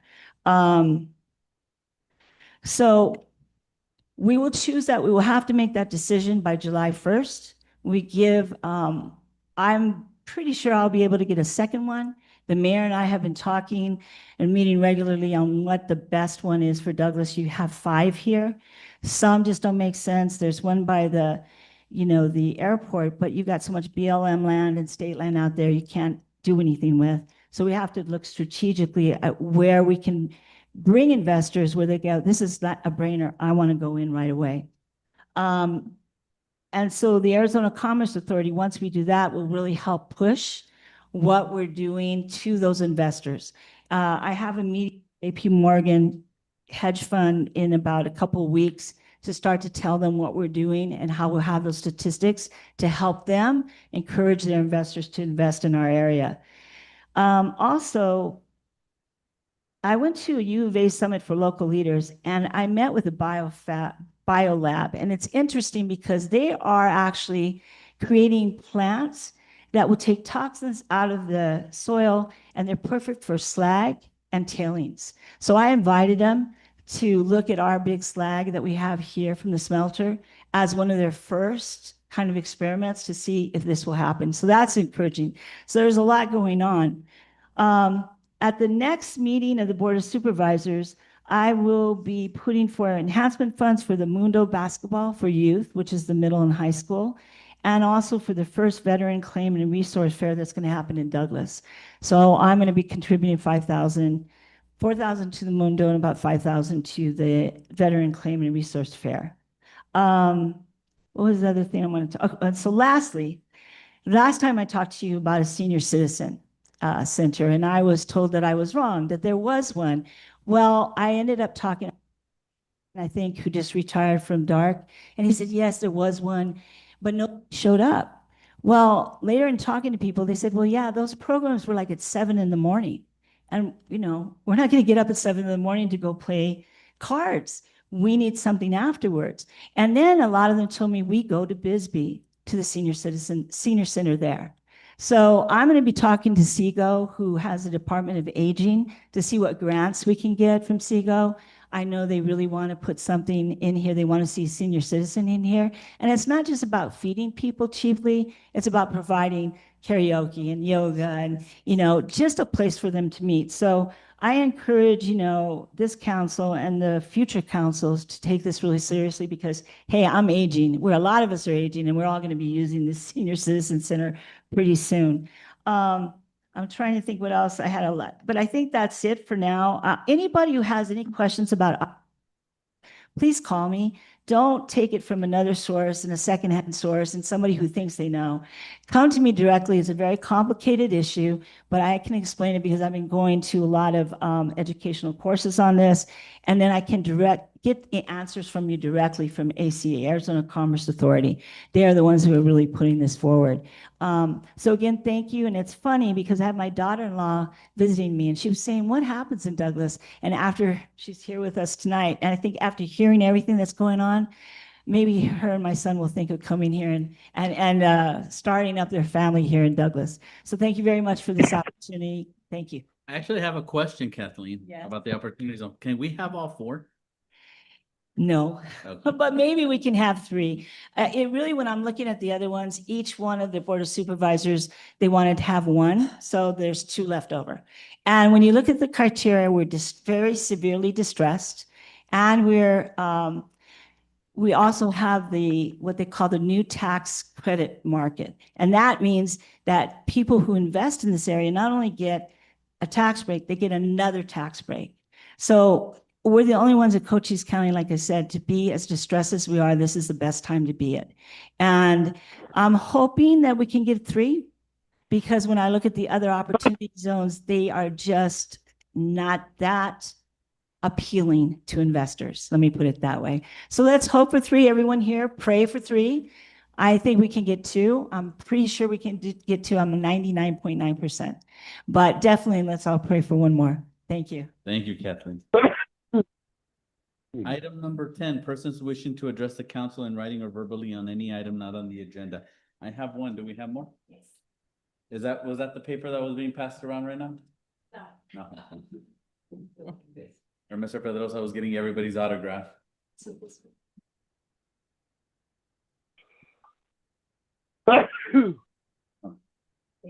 see. So that's the committee. First one ahead was Mrs. Diana Lamar.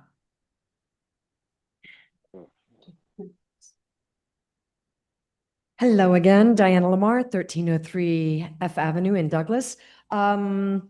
Since your attorney didn't hear me earlier and couldn't respond, I'm just going to go over some things briefly. I applaud the mayor regarding transparency and eager to have accountability and for us to hold our electeds accountable. So I appreciate that. Regarding NDAs, I think it's worth considering not agreeing to do NDAs, and I'm aware that a majority, if not all, council members recently signed an NDA.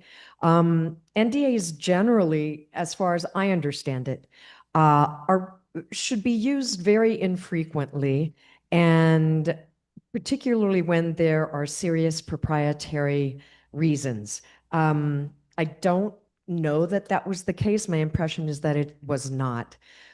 I think that it's important to have as much transparency as possible, and that executive sessions should be as specific, providing as much information to the public so that the public has some sense of what is being discussed. So regarding the strategic technologies or strategic innovations that have been on executive sessions recently, we need to know, generally speaking, what that is about. The public records request that I made, and again, I appreciate the efforts that were made to provide me with that information, seem to indicate the conversations with these entities that were interested in a data center here ended January 2024. So my question would be, how did that in-depth discussion just stop suddenly and there's no other relevant information on that subject?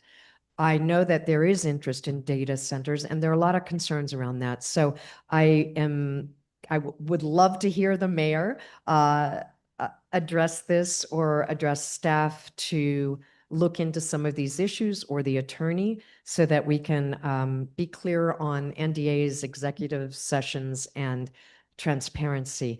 Regarding the data centers, experience shows that data centers exhaust water supplies, exacerbate power issues, do not bring promised jobs, and destroy local lands. There could be a moratorium. I hope that we can have a more in-depth conversation about this in the future. Regarding flock surveillance, I appreciate the mayor explaining to me that the termination of the flock contract was not put on the agenda for tonight because it was unnecessary. Anybody got a couple more minutes I could give me? Nope. All right. What's happening to existing, we need to know what's happening to the existing flock cameras and the data that is collected after contracts are ended. And if they're going to be replaced with something even more concerning. Thank you very much. Thank you. I don't know if council wants to answer it. I haven't talked to any data centers, so I'll make that public. Neither have I. No. And I will direct Dennis to give an answer, at least to Mrs. Lamar, through email, through any of her questions, or we can address it at the next update. Item number 11, or no, I still have more, sorry. I was just used to seeing Mrs. Lamar up there so much, I was like, well, we're done. Mr. Michael Arevalo. Mike. It's an honor, sir. You've been here. You haven't talked to us. I always enjoy seeing you. Anyway, I don't know how many of you here in the meeting were going back to the mid-60s, early 70s, when we were kids growing up. The stoplights in town, for some reason, Saturday or I think it was Sunday, they were blinking red and blinking yellow. They weren't in operation, but it was every Sunday. I don't know if it was because traffic was, there wasn't that much going on or whatever, but back in those days, Douglas was really, downtown was going strong. And I don't know how many times any of you have come to a light here in town, you get the red light and you're the only one there at every intersection. There's nobody walking in front of you, nobody, and the light turns green, you get the next red light and the same thing. You're the only. So I was just thinking, why can't we convert those into four-way stop signs instead of doing the sequence of and instead of removing the stoplights, blinking red, that way both sides have to stop. To make it simple. I don't know how many times any of you have been going to Walmart and you get all the red lights going through town and nobody else is there.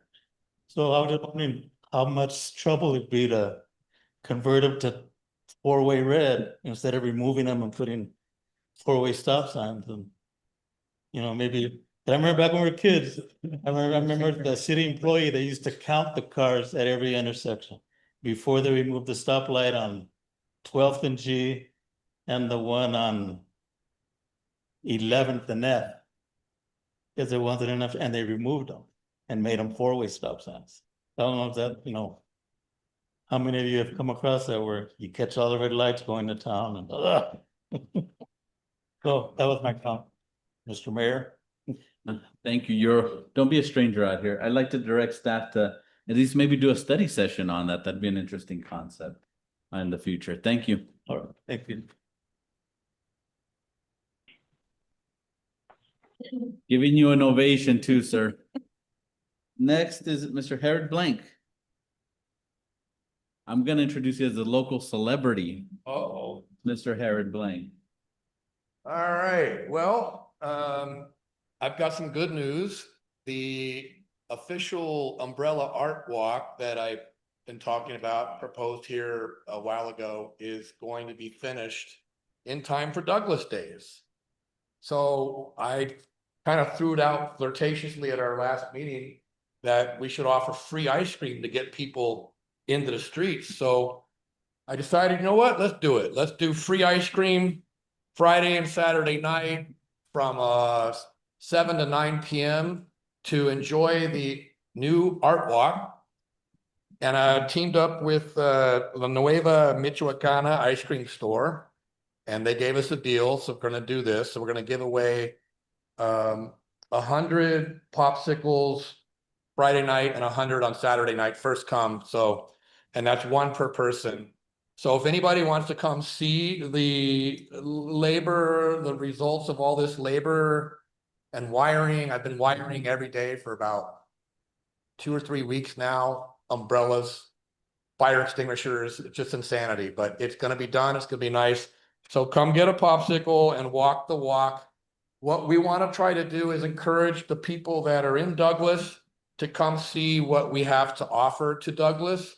And then maybe they can brag to the people in the outside world to come to Douglas to see this museum, as well as the Last Supper Museum, and as well as all the other things that Douglas has to offer.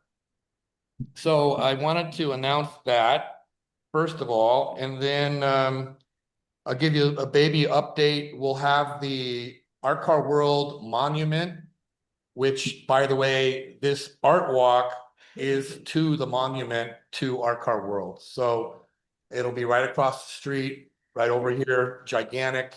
We're getting all the little pieces done.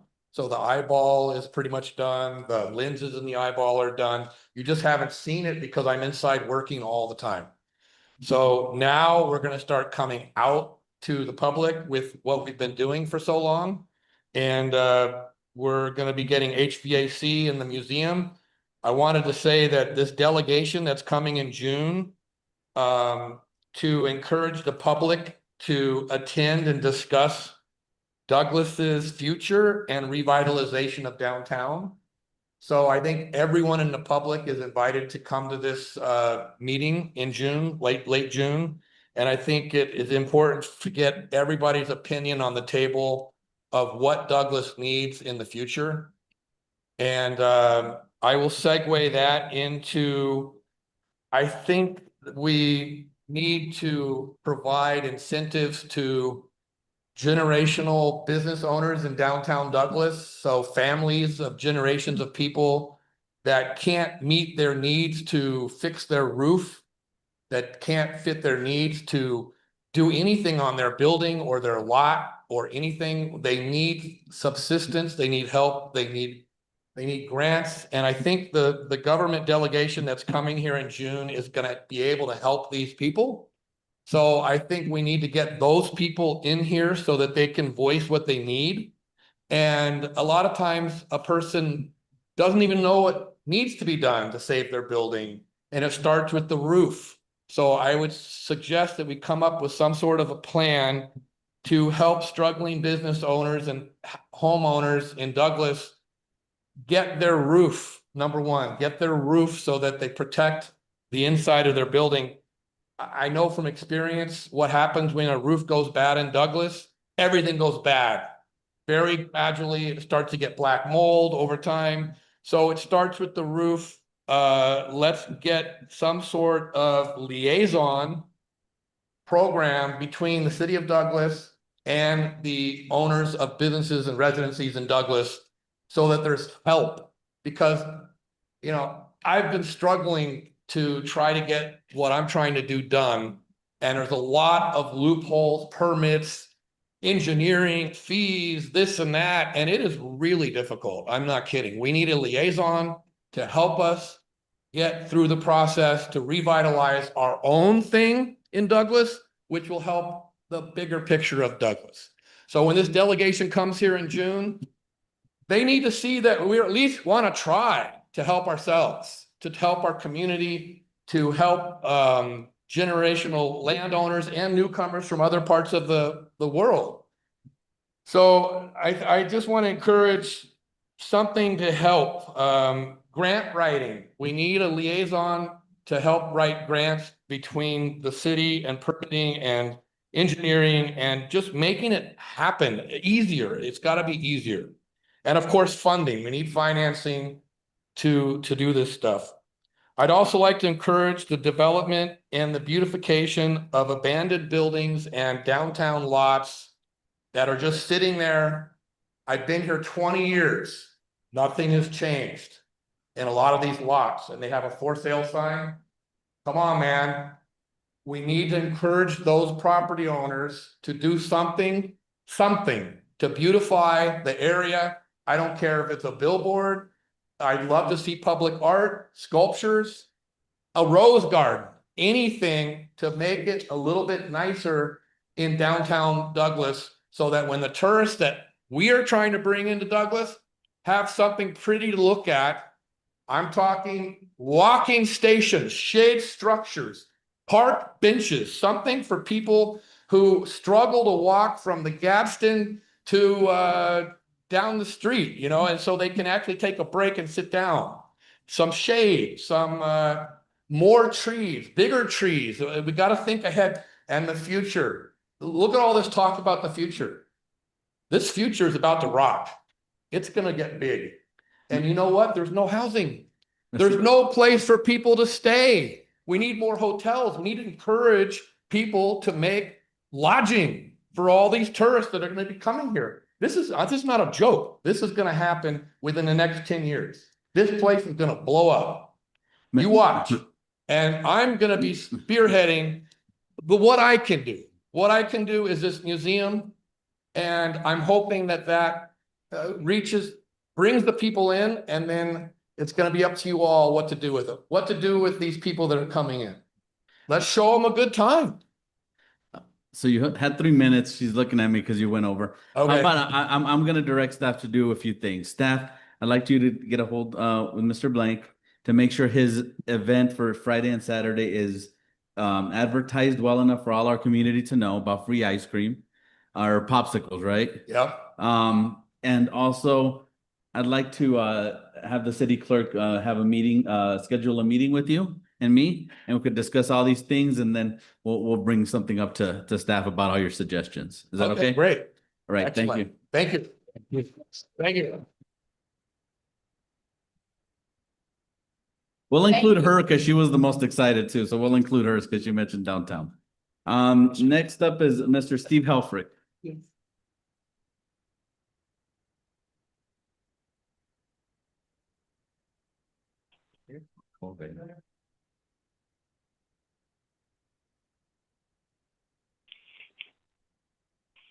Okay. So we'll move that there. Mr. Eric Braverman, you were given, you're seen as a committee. Yeah. So instead of 3, you get 5. All right, that's unjust. So I was hoping for a half an hour. First thing, I'd like to thank all the city employees. Seriously, the people that do the work in the parks and take care of the trash. We have the best trash people in the world. I'm not sure about the city employees that have titles on their names, but that's another whole fun story we can have. I want you guys to ask yourselves a question. You like movies? You like movies? You're in one. I want you to start thinking like you're in a movie. The people watching the movie. You want to be a good guy or a bad guy? You want to be an overpaid employee that doesn't care? Or do you want to listen to the constituents? These things that Mr. Blank has just said, I've been saying it for 5 years. Those exact things. We've presented the solutions. And what's really tipped this over is I'm told that we don't have money to promote the city, which is the #1 problem. When you go in and look at a publication, Douglas isn't in it. Here's the Sky Island Alliance magazine. Every town is in it by specific marking. Oh, there's Bisbee, there's Fenton, there's all the towns. Guess which town isn't in it? Douglas. Pride Guide. We distribute this for the homosexual people in order to be respected. We're the only thing in it, the Last Supper Museum. We know how to do these things. We go through and get magazines. Arizona Office of Tourism magazine. Guess who's not in it? We're not a member of it. I talked to the Arizona Office of Tourism. What tipped this over for you folks? And everything is changing tonight. We're going to demand you change it. When we heard you're going to give an irresponsible person $33,000 to pay off 18-year-old tax debt for a useless property out by the golf course, if you would put the effort into the golf course to telling people about Douglas. You never promote Douglas. Everything you talk about is all good. I agree with all this tonight, but it's always a message in a bottle. I've traveled everywhere to find tourism things. We're never in anything. No money is put into that. Then the city insanely gives the Cochise County Tourism and Economic Nonsense Board in Sierra Vista tens of thousands of dollars since we've been here. They've never been here to any of our things. They don't go to Herod's Place. They don't come see us. I cannot find anything they've done. I've called them in. Problem was you guys. You guys. This is mismanagement on the highest level. The highest level. We had not one tourist today. We had not one tourist yesterday. Ida, please come in the museum so I could say someone came in this week. All right. PBS was just here for a whole day doing an Arizona Illustrated episode on us. We just had our 3-year anniversary. You open up the Herald Review that we have a great relationship with. There's a full page and there's the Dillmans. Okay. And they want to work with us and they're doing these things to show they care and they can't get a call back from our manager or our economic director. The only publicity game in town, they don't have time to call them back. I think the mayor might have had a nice meeting with them, but why is the Herald Review coming into me and asking what the problem is? It ends today. We have the Douglas Day thing that we've been working on for years. We gave it to the city. What did they do? Took our local restaurants' descriptions off to make room for Subway, McDonald's, and Pizza Hut. Our city manager said, people need to know there's fast food restaurants in Douglas. McDonald's and Pizza Hut told us not to do that. That's blatant mismanagement. We also highlighted our Prieta. What did the city do when they took our thing and mangled it? Don't forget your passport. That's one of our greatest tourism things is to promote. Is you don't need a passport to go shopping in a town that has more restaurants and shops than our entire county combined.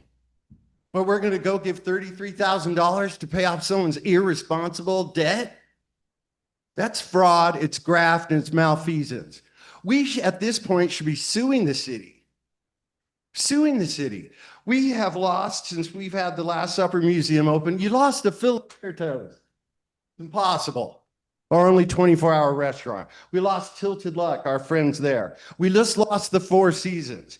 We lost a tattoo shop. How do you lose that? We just lost the Copper Luna store, emphasizing interesting things to sell from the area. Where the Brophy building people are done. That's the third owner since we've been here saying they're done because of the city and there's no economic development or activity of any kind here. And what Mr. Herod just pointed out, that the permitting and dealing with the city is a nightmare. It ends today.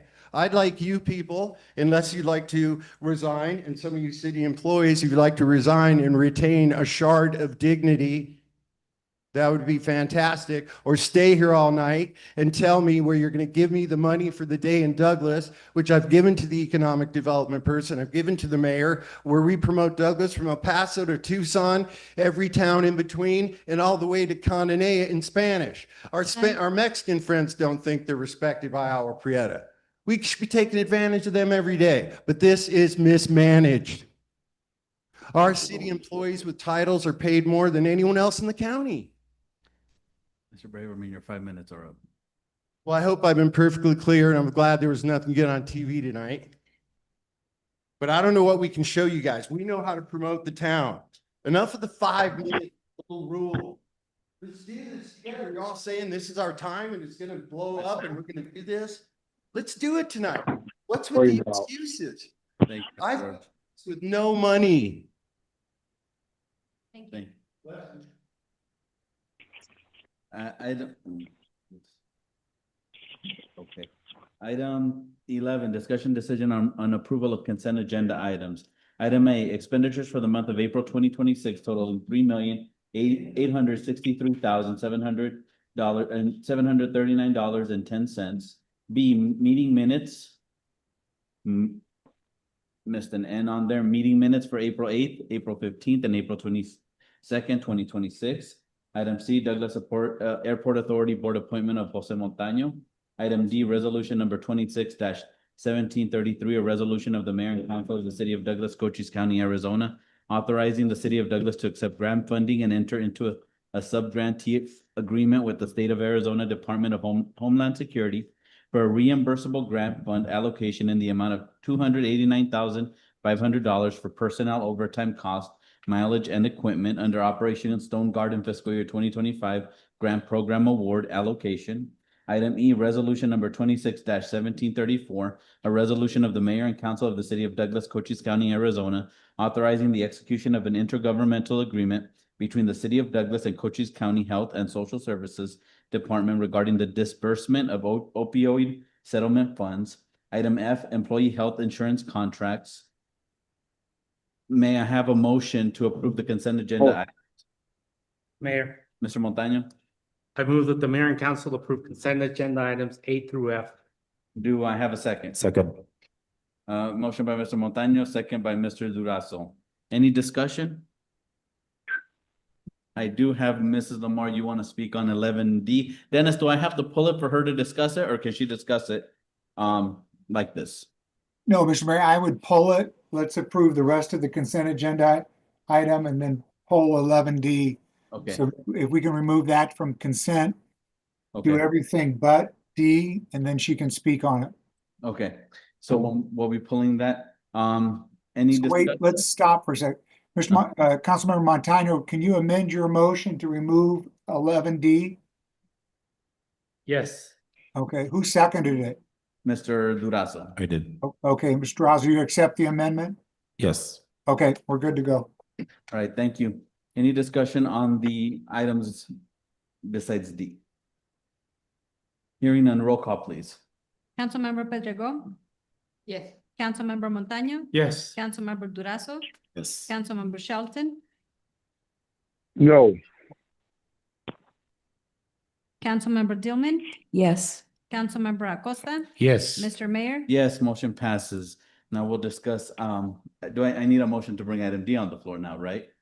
No, it's part of the consent agenda, Mr. Mayor. You can just call it back up. So item D, Mrs. Diana Lamar, would you like to speak on that? Thank you. I just didn't understand what the equipment was, and considering the flock camera grant, if I remember correctly, was also part of the Operation Stone Garden grant program. So just with some elevated concerns about surveillance, I wanted to understand, and I'd like to know what what is being purchased with the equipment. Thank you. Who would like to take this? Or what the money is gonna be used?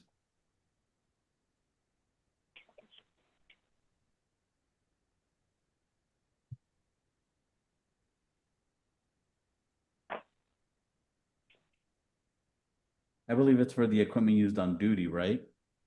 Let me just get to that. Mayor, members of the council, the Stone Garden program is something we use for overtime, but the equipment, I don't have Lieutenant Lumini here. I'm not sure if Sergeant can speak to some of the equipment, but let me just get to that.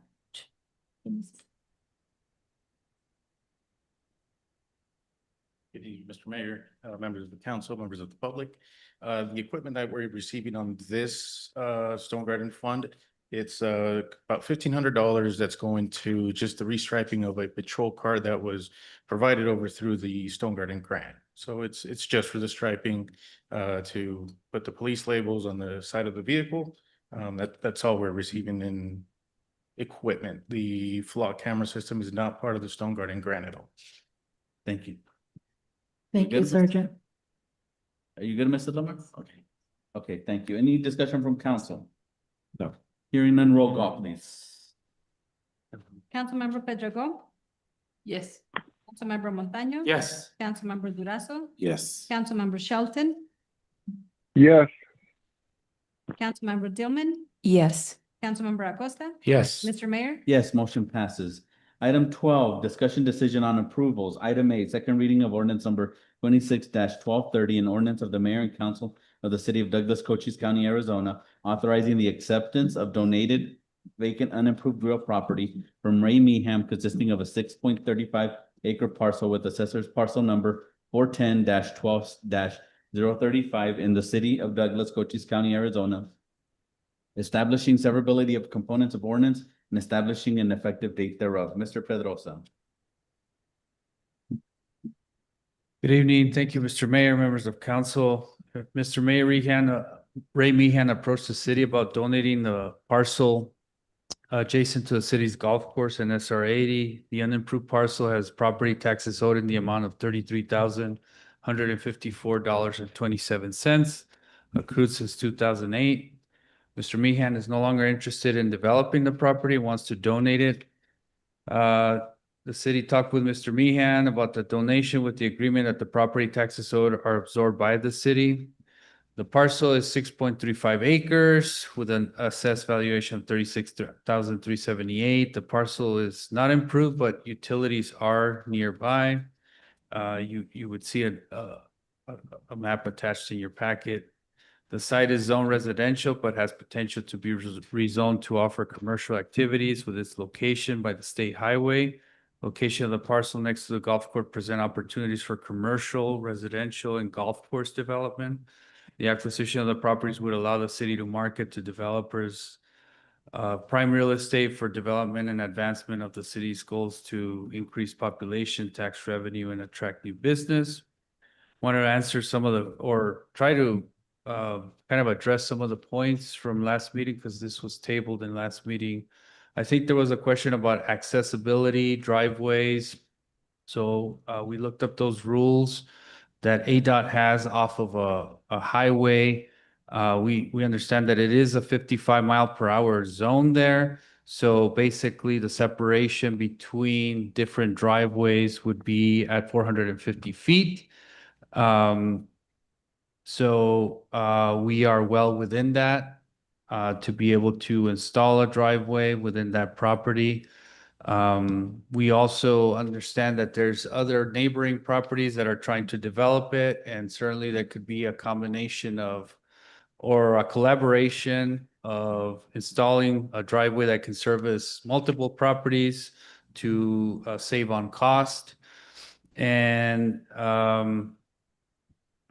the other access points can be achieved through La Peria. Of course, that is a private roadway.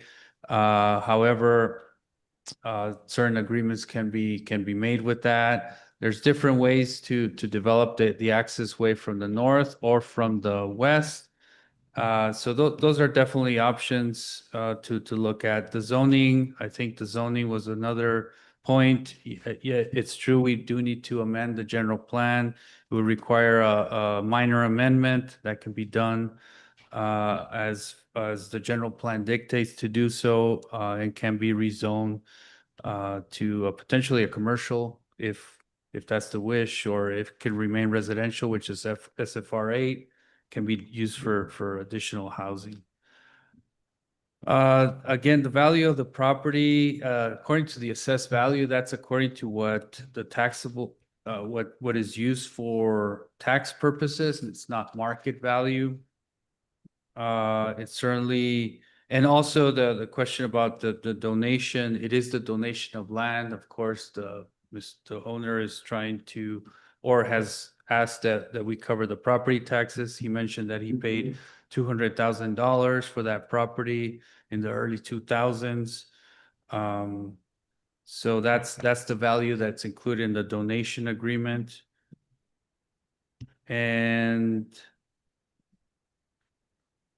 any other questions, I'm here to answer them, Mr. Mayor. Okay, thank you, Mr. Pedrosa. May I have a motion to approve the second reading of ordinance number 26-1230?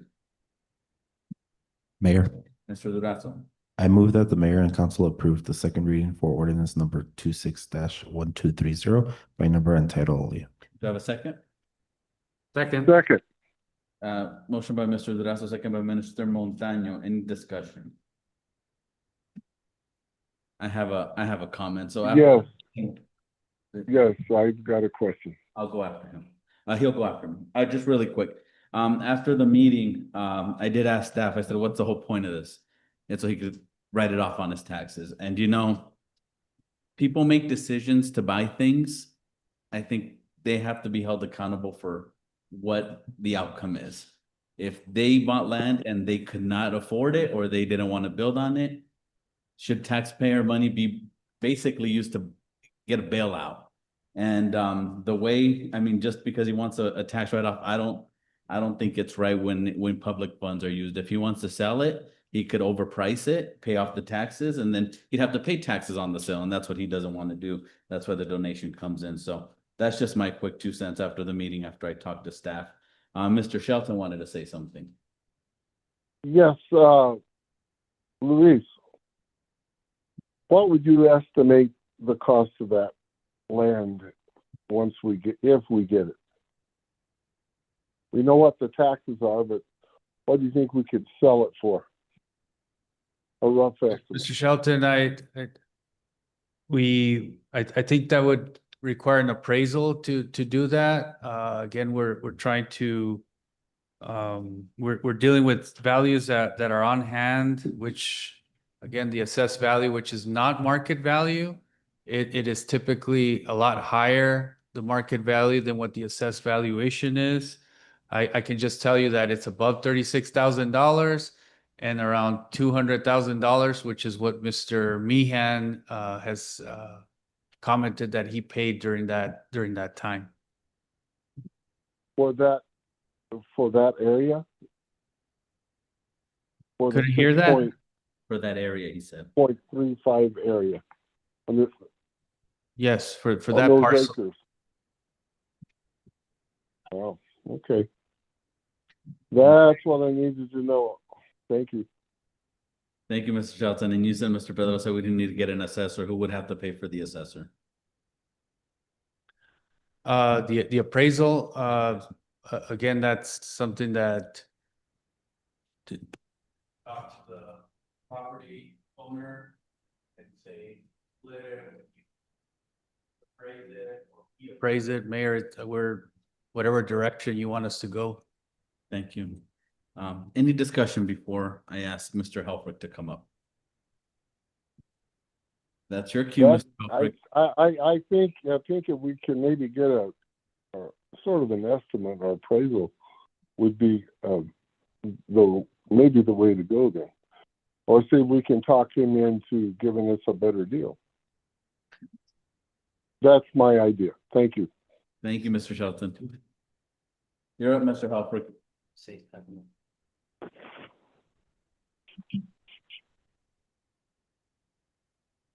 Stephen Helfrich, 1303 F Avenue.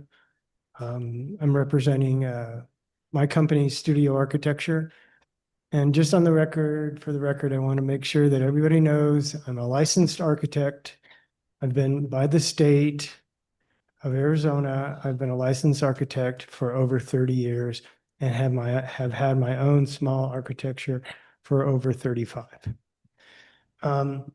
This parcel, I think there's a problem with the contract. We're either buying the property for $33,000 or he's giving it to us for nothing. I think the contract it needs to be rewritten, or the agreement needs to be renegotiated.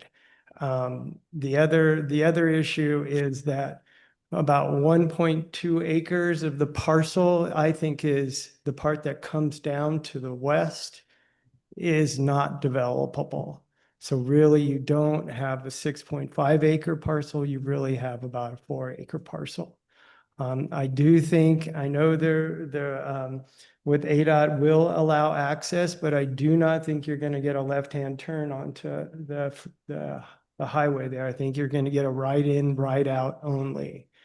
The other access problems, you have to go through another parcel to get to the north to get to access to the parcel, or you kind of quick come into the Perea entranceway and make a quick right, and that retention pond will have to be reworked. So it's an expensive infrastructure issue. And I think that in the end, I think the 33,000 is better spent maybe for the sidewalk for the accessible person who's out on the street or something like that. Thank you. Thank you, Mr. Halford. I do have a question. Where, these 33,000, what, line item, what fund, where are they coming from on the budget?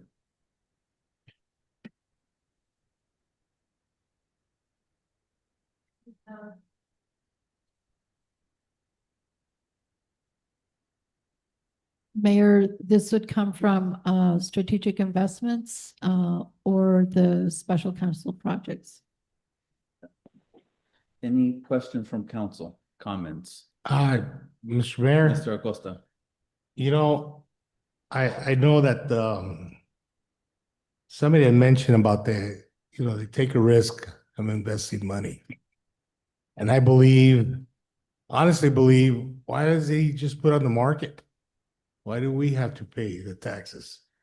It's, haven't put on the market. That's a risk that he would have to take. I live out there in the Perrillas, and I know there's other land out there that we're waiting on investors. We're waiting our city to grow, our housing. Ms. Supervisor talked about, the housing. We do need housing out here. But in the meantime, we have other investments that the city owns that we need to focus on. And I think, personally, I honestly think that my constituents would rather just step back on this and let the owner sell it from their end. That's my point. Thank you. Mr. Pedrigo? I keep thinking that this gentleman bought it thinking it was a good investment, and somewhere along the line, it wasn't a good investment, and now he's trying to send it to, donate it to the city, because I was informed it's two different things. One is the land and the taxes are different. But no matter where you look at it, it's still money coming out from the city. So either we get an appraisal where we know that this, the land is worth the money we're paying, because we are paying one way or another. But I agree, either an appraisal and I agree with you. Sometimes I think this money could be used in other areas that are much more needed. Thank you. Anyone else?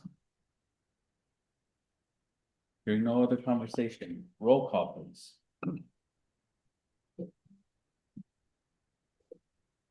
Councilmember Pedrego, No. Councilmember Montaño, No. Councilmember Durazo, Yes. Councilmember Shelton, Yes. Councilmember Dillman, No. Councilmember Acosta, No. Mr. Mayor, No, motion fails.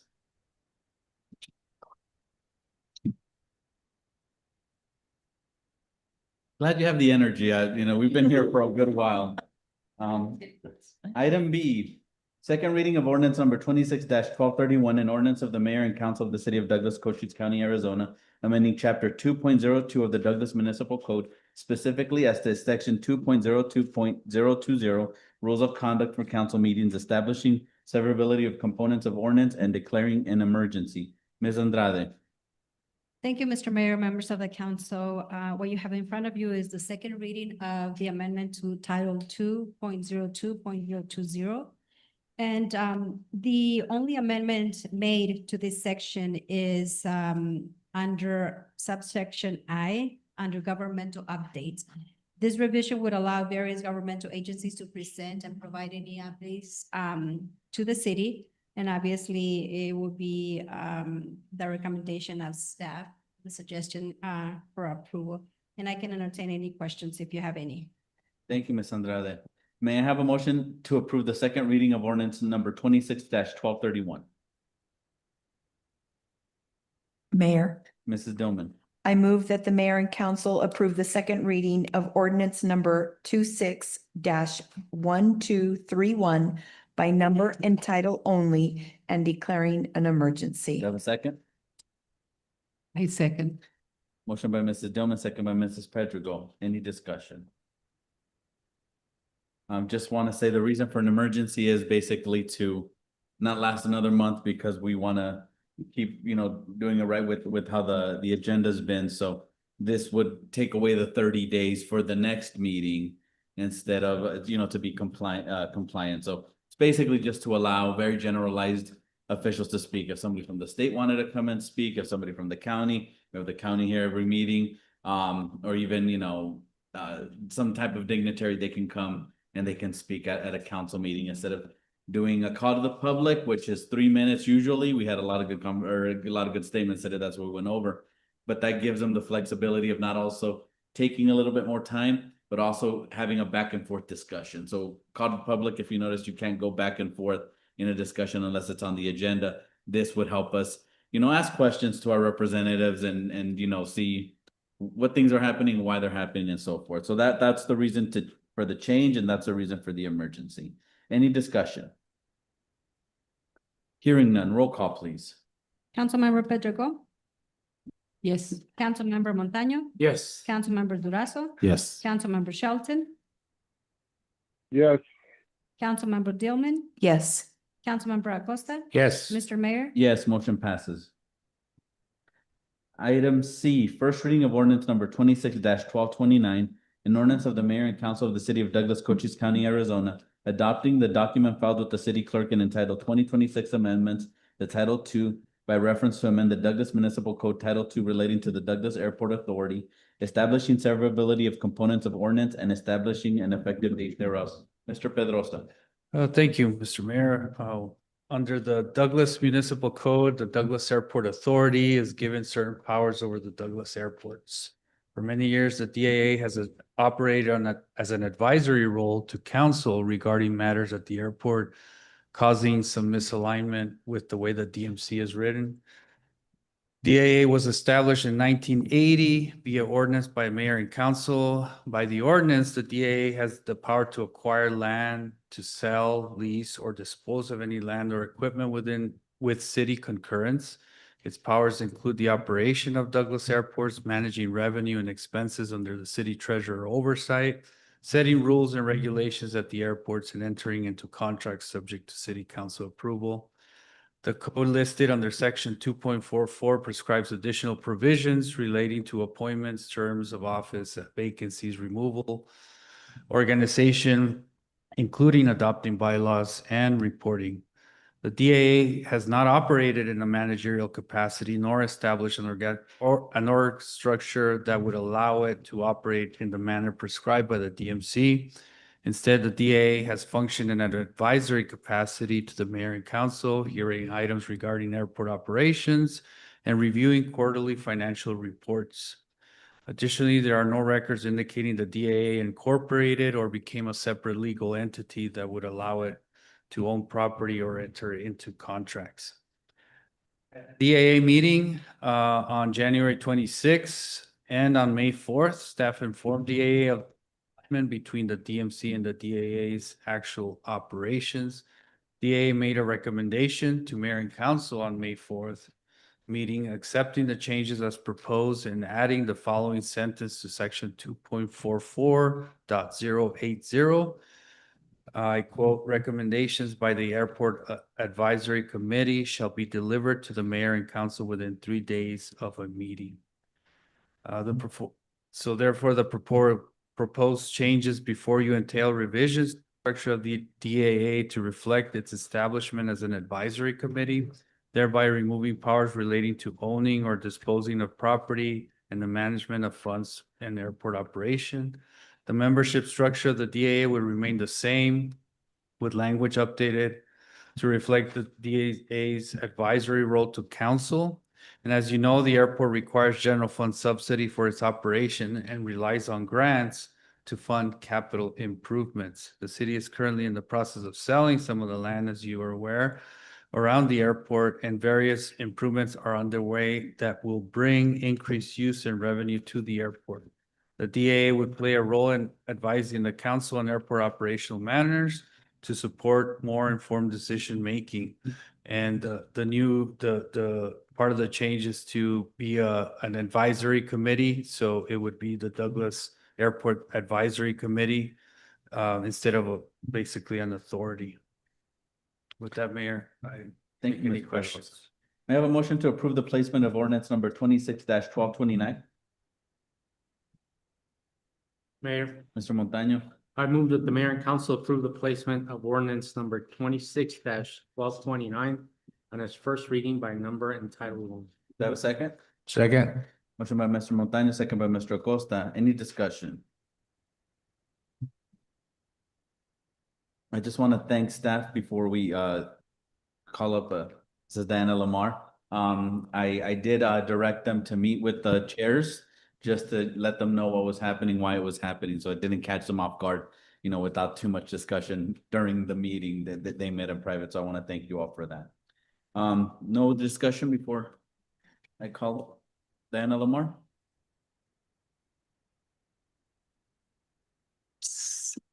Yes, thank you. I guess my question is, who serves on the Douglas Airport Authority currently?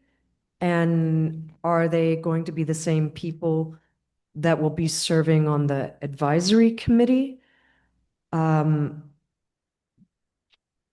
if you could just provide a little bit more clarity as to the purpose. I understand they would be advisory and there's no buying and selling in that capacity any longer, but I'm not completely understanding the reason for that change.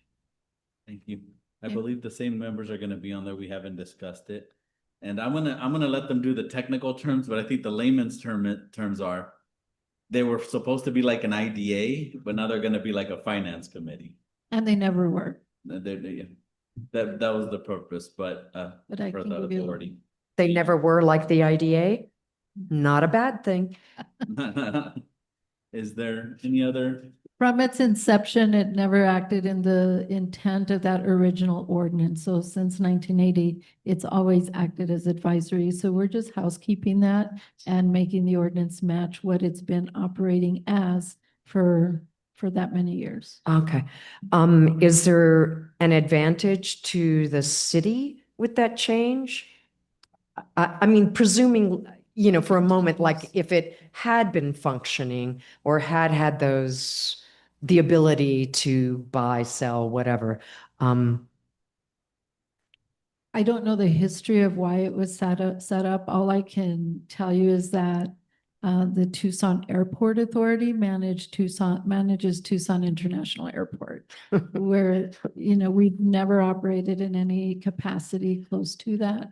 And we have an advisory board that it's a positive contribution to what we do at the airport, and it keeps the citizens engaged. And the members currently are Carlos Fernandez, Tanya Duarte is chair and co-chair. Mr. Wendt is on there. Now Jose Montaño is on there. Mr. Lindeman, Mitch Lindeman. And does there continue to be conversation about the property at the airport for a data center? I don't know that think that's this is relevant part of to the, this. agenda. This is not relevant to the committee, but I I'd can, like that concern. I mean. you I can talk to you about that. So, Thank you. Thank you. Any other discussion? Hearing none, roll call, please. yes. Yes. Yes. Yes. Councilmember Shelton, Yes, he said yeah. Councilmember Dillman. Yes. Councilmember Acosta? Yes. Mr. Mayor? Yes, motion passes. An ordinance of the mayor and council of the city of Douglas, Cochise County, Arizona, adopting the document filed with the city clerk and entitled 2026 Amendment to Title II by reference to amend the Douglas Municipal Code Title II related to the Douglas Airport Authority, establishing severability of components of ordinance and establishing an effective date thereof. Thank you. May I have a motion to approve the first reading of ordinance number 26-1229? Mr. Mayor, Mr. Acosta. I move that the mayor and council approve the first reading of ordinance number 26-1229 and place it on second reading by number and title only. Do you have a second? Second. Motion by Mr. Acosta, second by Mr. Montaño. Any discussion? Hearing none, roll call, please. Councilmember Pedrego? Yes. Councilmember Montaño? Yes. Councilmember Durazo? Yes. Councilmember Shelton? Yes. Councilmember Dillman? Yes. Councilmember Acosta? Yes. Mr. Mayor? Yes, motion passes.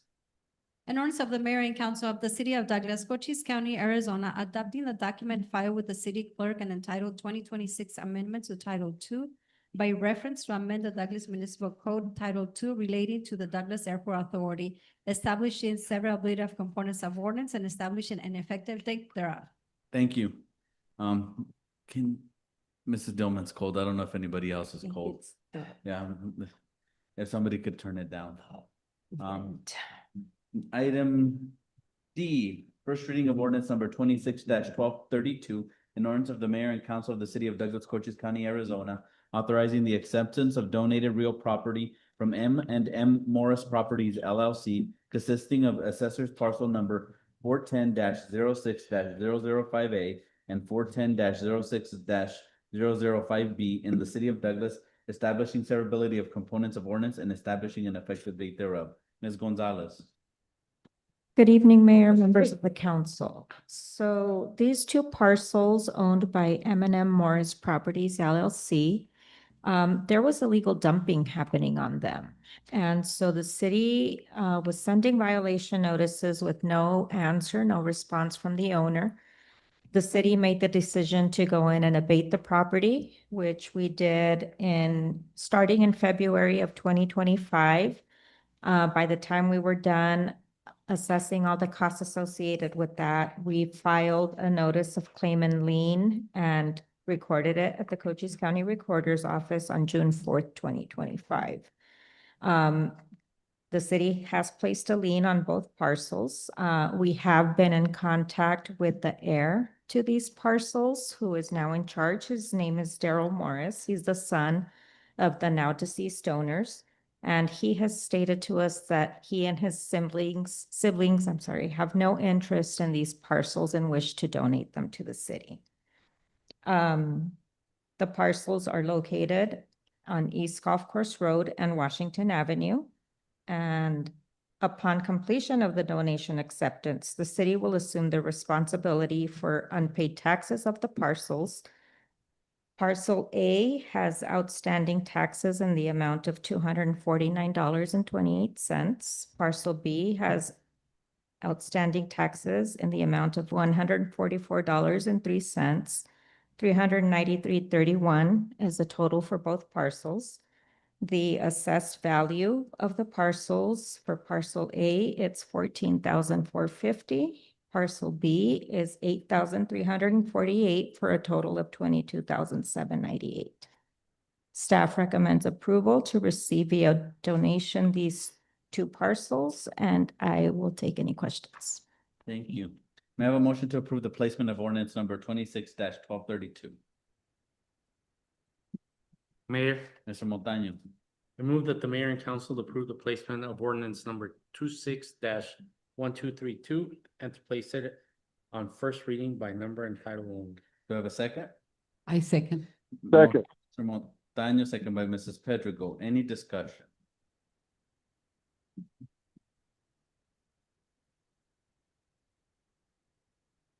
I'm just gonna make a comment. I made this little speech about a few items ago about the same thing that's kind of happening here, and I get it's $300. But you know, I think for me, it has to be consistent. So They made that decision, the father made that decision, they took it, I mean, put it on the market. Let me see if, Mayor. Mr. Montaño? Yeah, I agree on the first one, but I'm not on the second one. I think the benefit to the city and the land, the value of the land and the amount owed is almost a no-brainer. I mean, if I could do this, I go pay $500 easy. So I think it should be on the benefit for the city, especially with new developments trying to come in. The area there is developable. It's right off of Gulf Coast Road and North Washington. So I disagree with you. I think we should do this. Any other discussion? Yes. Mr. Shelton.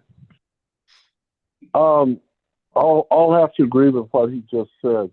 I've been very familiar with these two lots because I've had people complain, and then I've had to call down to City Hall and have them take trash away and do this and that. If we get that, that would be a prime spot for either two houses or a very nice large house. And I am 100%, in favor of getting that. Thank you. Thank you, Mr. Shelton. Anyone else? Did we run out of papers? Oh, I asked him to sign. Oh, no, I just asked him to. There's no discussion. Mr. Halfrook wants to say a few words, but I asked him to sign a paper. You can talk first and then you can sign it. I just looked at it really quickly and you can start to see that there's an alignment problem. I think it's Washington that goes through, and then there's the future development at Golf Course Road. So somehow there's going to need to be right away figured out so that the roads can align. So I think that at least that west parcel is a good parcel for you, because I think you're going to take half of it for however you deal with that situation. Thank you. Any other discussion? I think it's a good deal. Gentlemen, thank you. Yep. Mr. Acosta, Mr. Durazo. All right, let's go for it. I think everybody had their say, so roll call, please.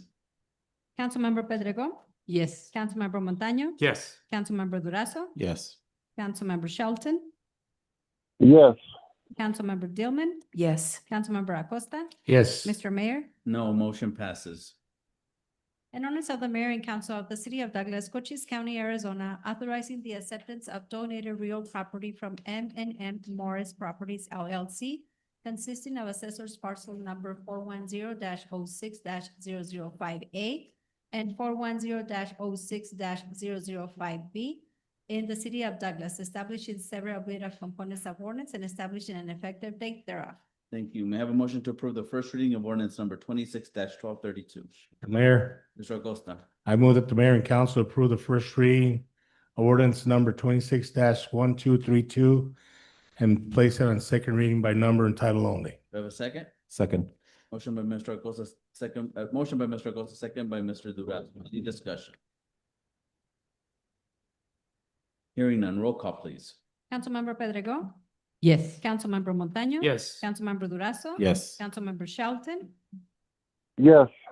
Councilmember Dillman, Yes. Councilmember Acosta, Yes. Mr. Mayor. No, motion passes.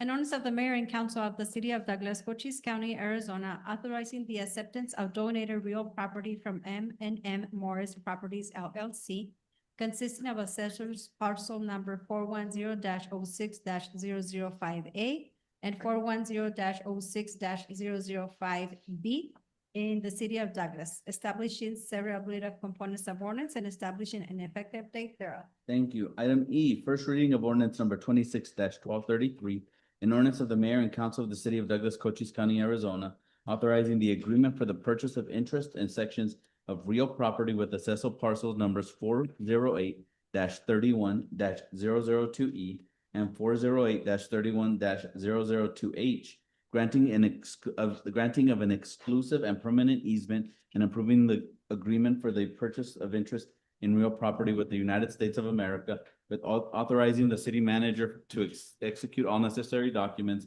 establishing severability of components of ordinance, and establishing an effective date thereof. With the United States of America, Mr. Pedrosa.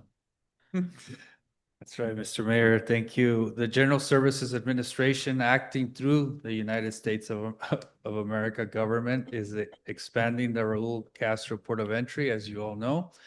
Part of the expansion includes that diversion of drainage and construction of a new drainage channel that would take water directly west and eventually drain into where it's draining currently to Mexico. GSA is requesting an easement over city-owned parcels to construct a new drainage channel. This purchase agreement is for an exclusive easement of city-owned property located directly south of Chino Road. By the way, we provided maps to Mayor and Council, should be there. It's directly south of Chino Road, and a part of that thin parcel that you see diagonally there, that they need to take to build that new drainage channel. And basically, they're going to be also taking some Freeport-McMoRan property along the way.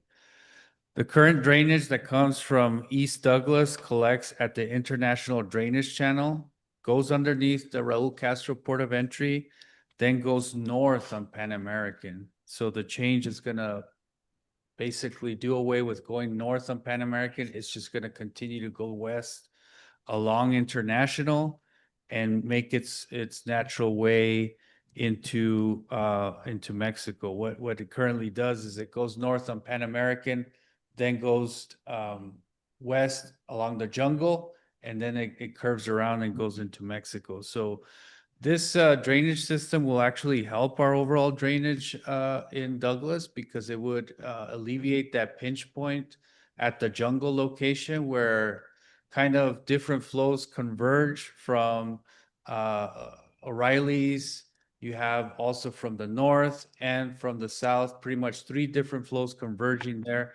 You're taking away about 60% of that flow, and it's going west, kind of alleviating that pinch point.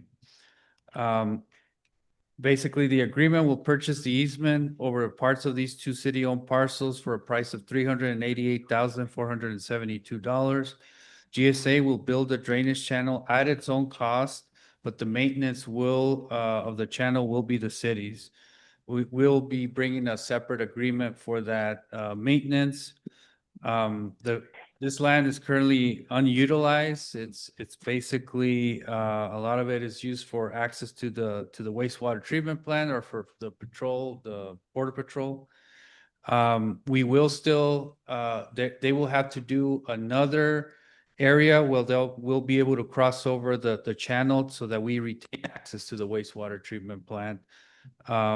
So us and Border Patrol asked for that to happen as part of this agreement.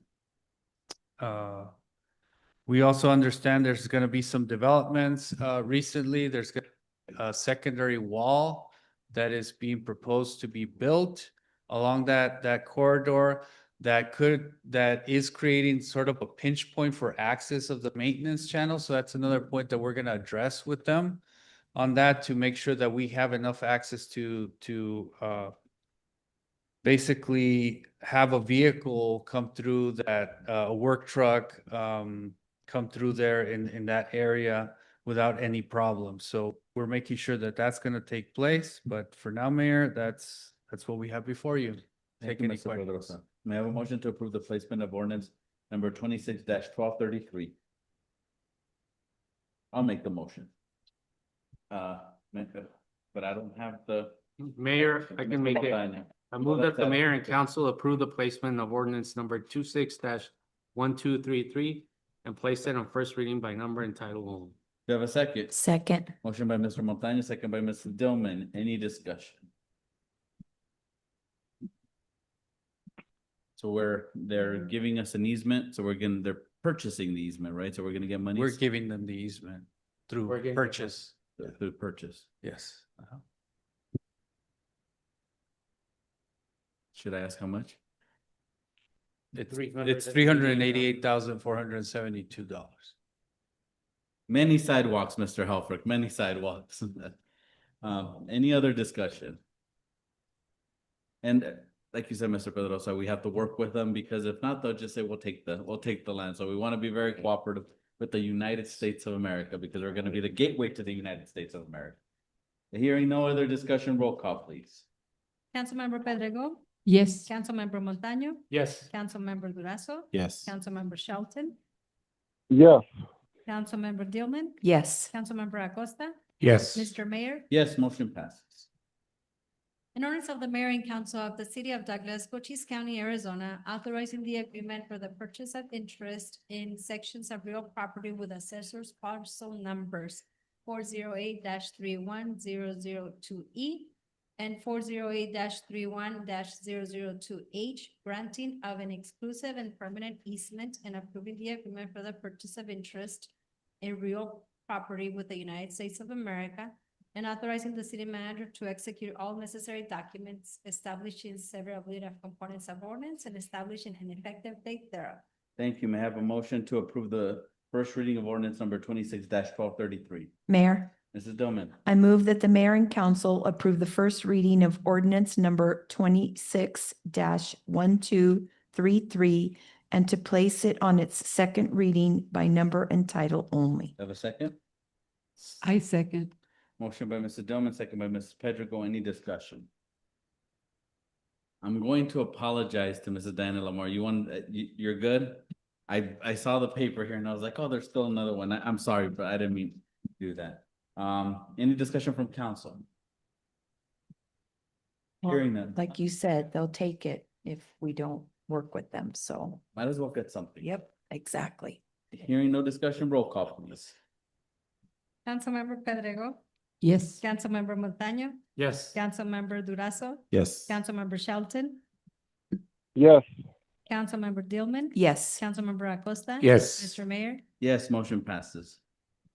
An ordinance of the mayor and council of the city of Douglas, Cochise County, Arizona, authorizing the agreement for the purchase of interest in sections of real property with assessors parcel numbers 408-31-002E and 408-31-002H, granting of an exclusive and permanent easement and approving the agreement for the purchase of interest in real property with the United States of America, authorizing the city manager to execute all necessary documents, establishing severability of components of ordinance, and establishing an effective date thereof. Thank you. Item 13, city manager reports. Mrs. Urquijo. Thank you, Mayor, members of the council and community members. On infrastructure, we have our asphalt plant that will begin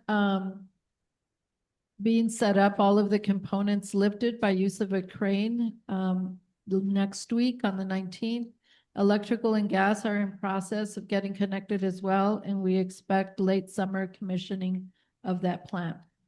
Also, well 18, our project at Kazi Park, where water tanks on those water tanks continues to move forward.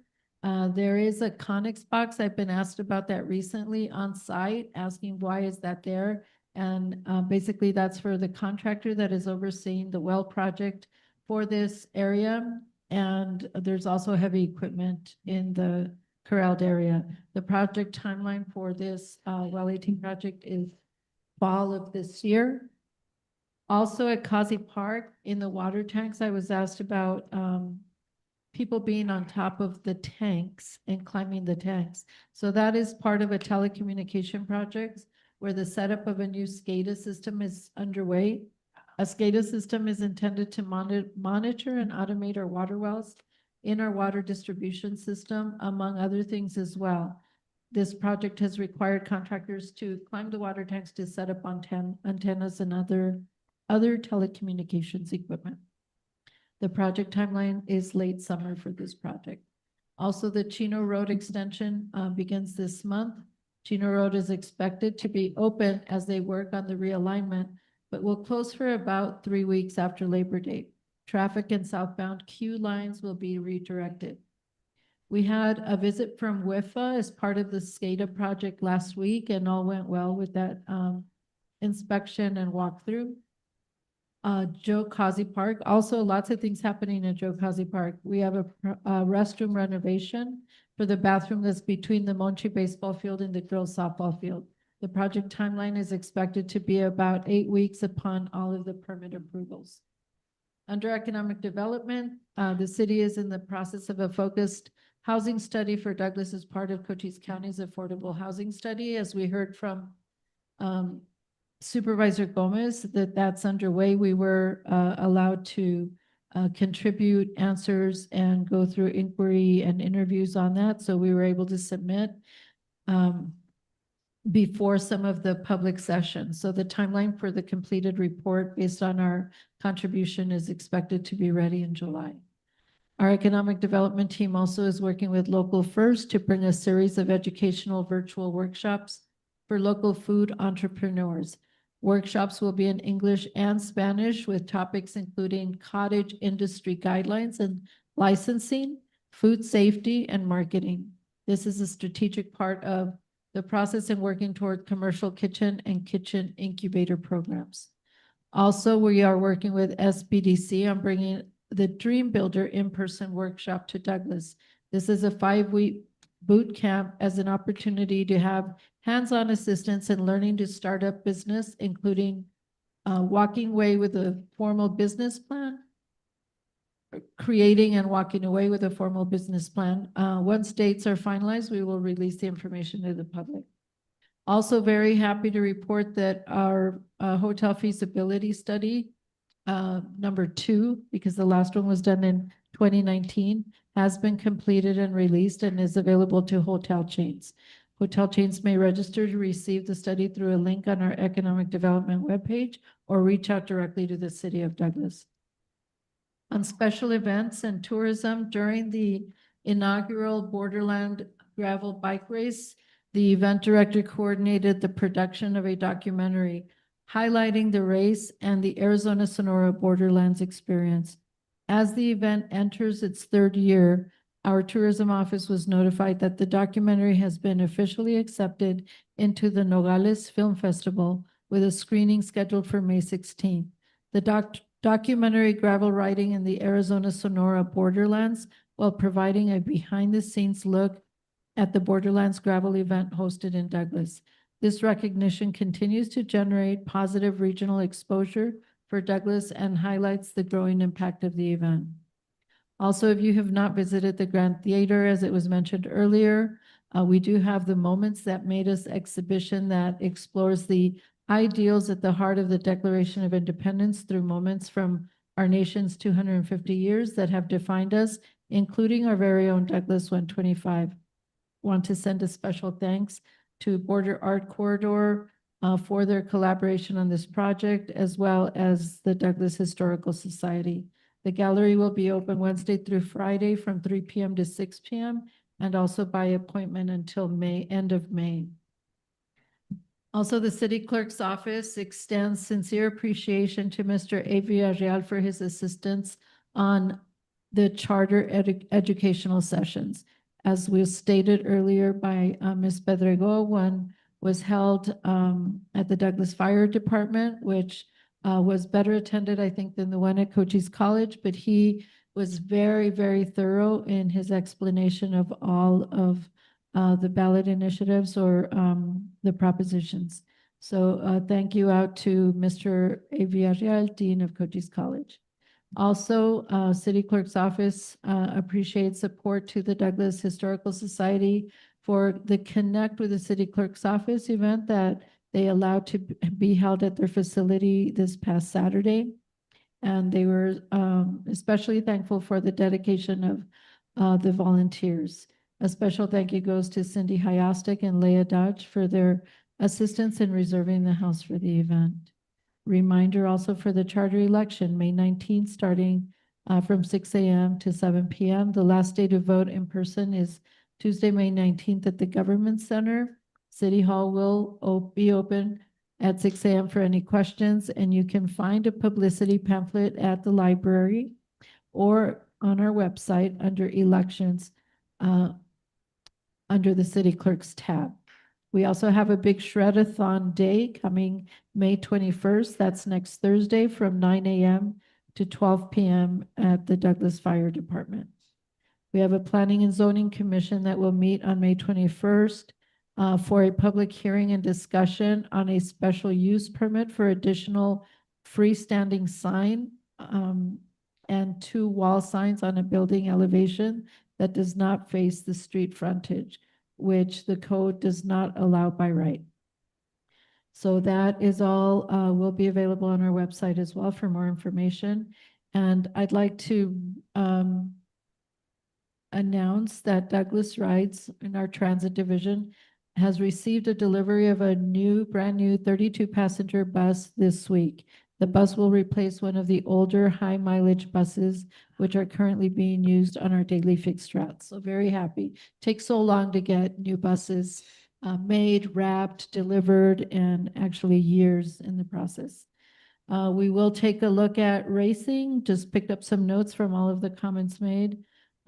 We are finalizing airport capital needs as part of our state strategic planning. So we'll circle back on some of those recommendations. I know we need PAPI lights and all of the things we've discussed. We do have a prioritized list with contributions from the Airport Authority Board as well. And we'll look into switching the softball. I do have staff looking at that already to 8th Street as it used to be in the past.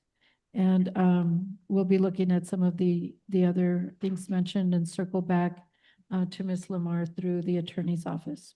Thank you. Thank you. Item 14, future agenda item requests from mayor and council. Do we have any? Mayor, Mrs. Pedro. like a report by the code officer, how it works and so forth. Also, I don't know if we can ask for an update on the citizens or the constituents of Douglas about the streetscape.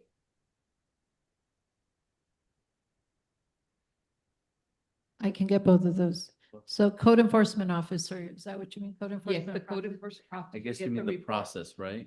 You said the process of the. Process, well, his report and the process, how he does, or she, he or she, how they do what they do.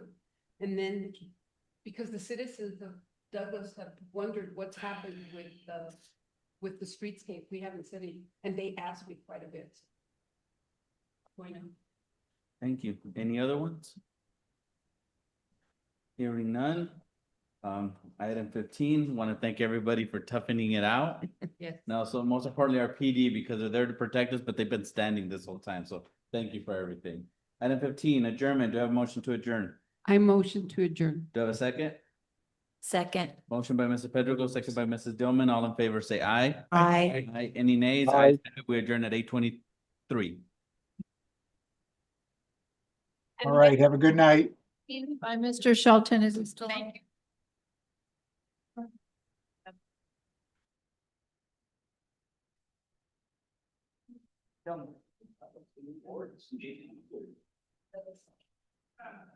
Look at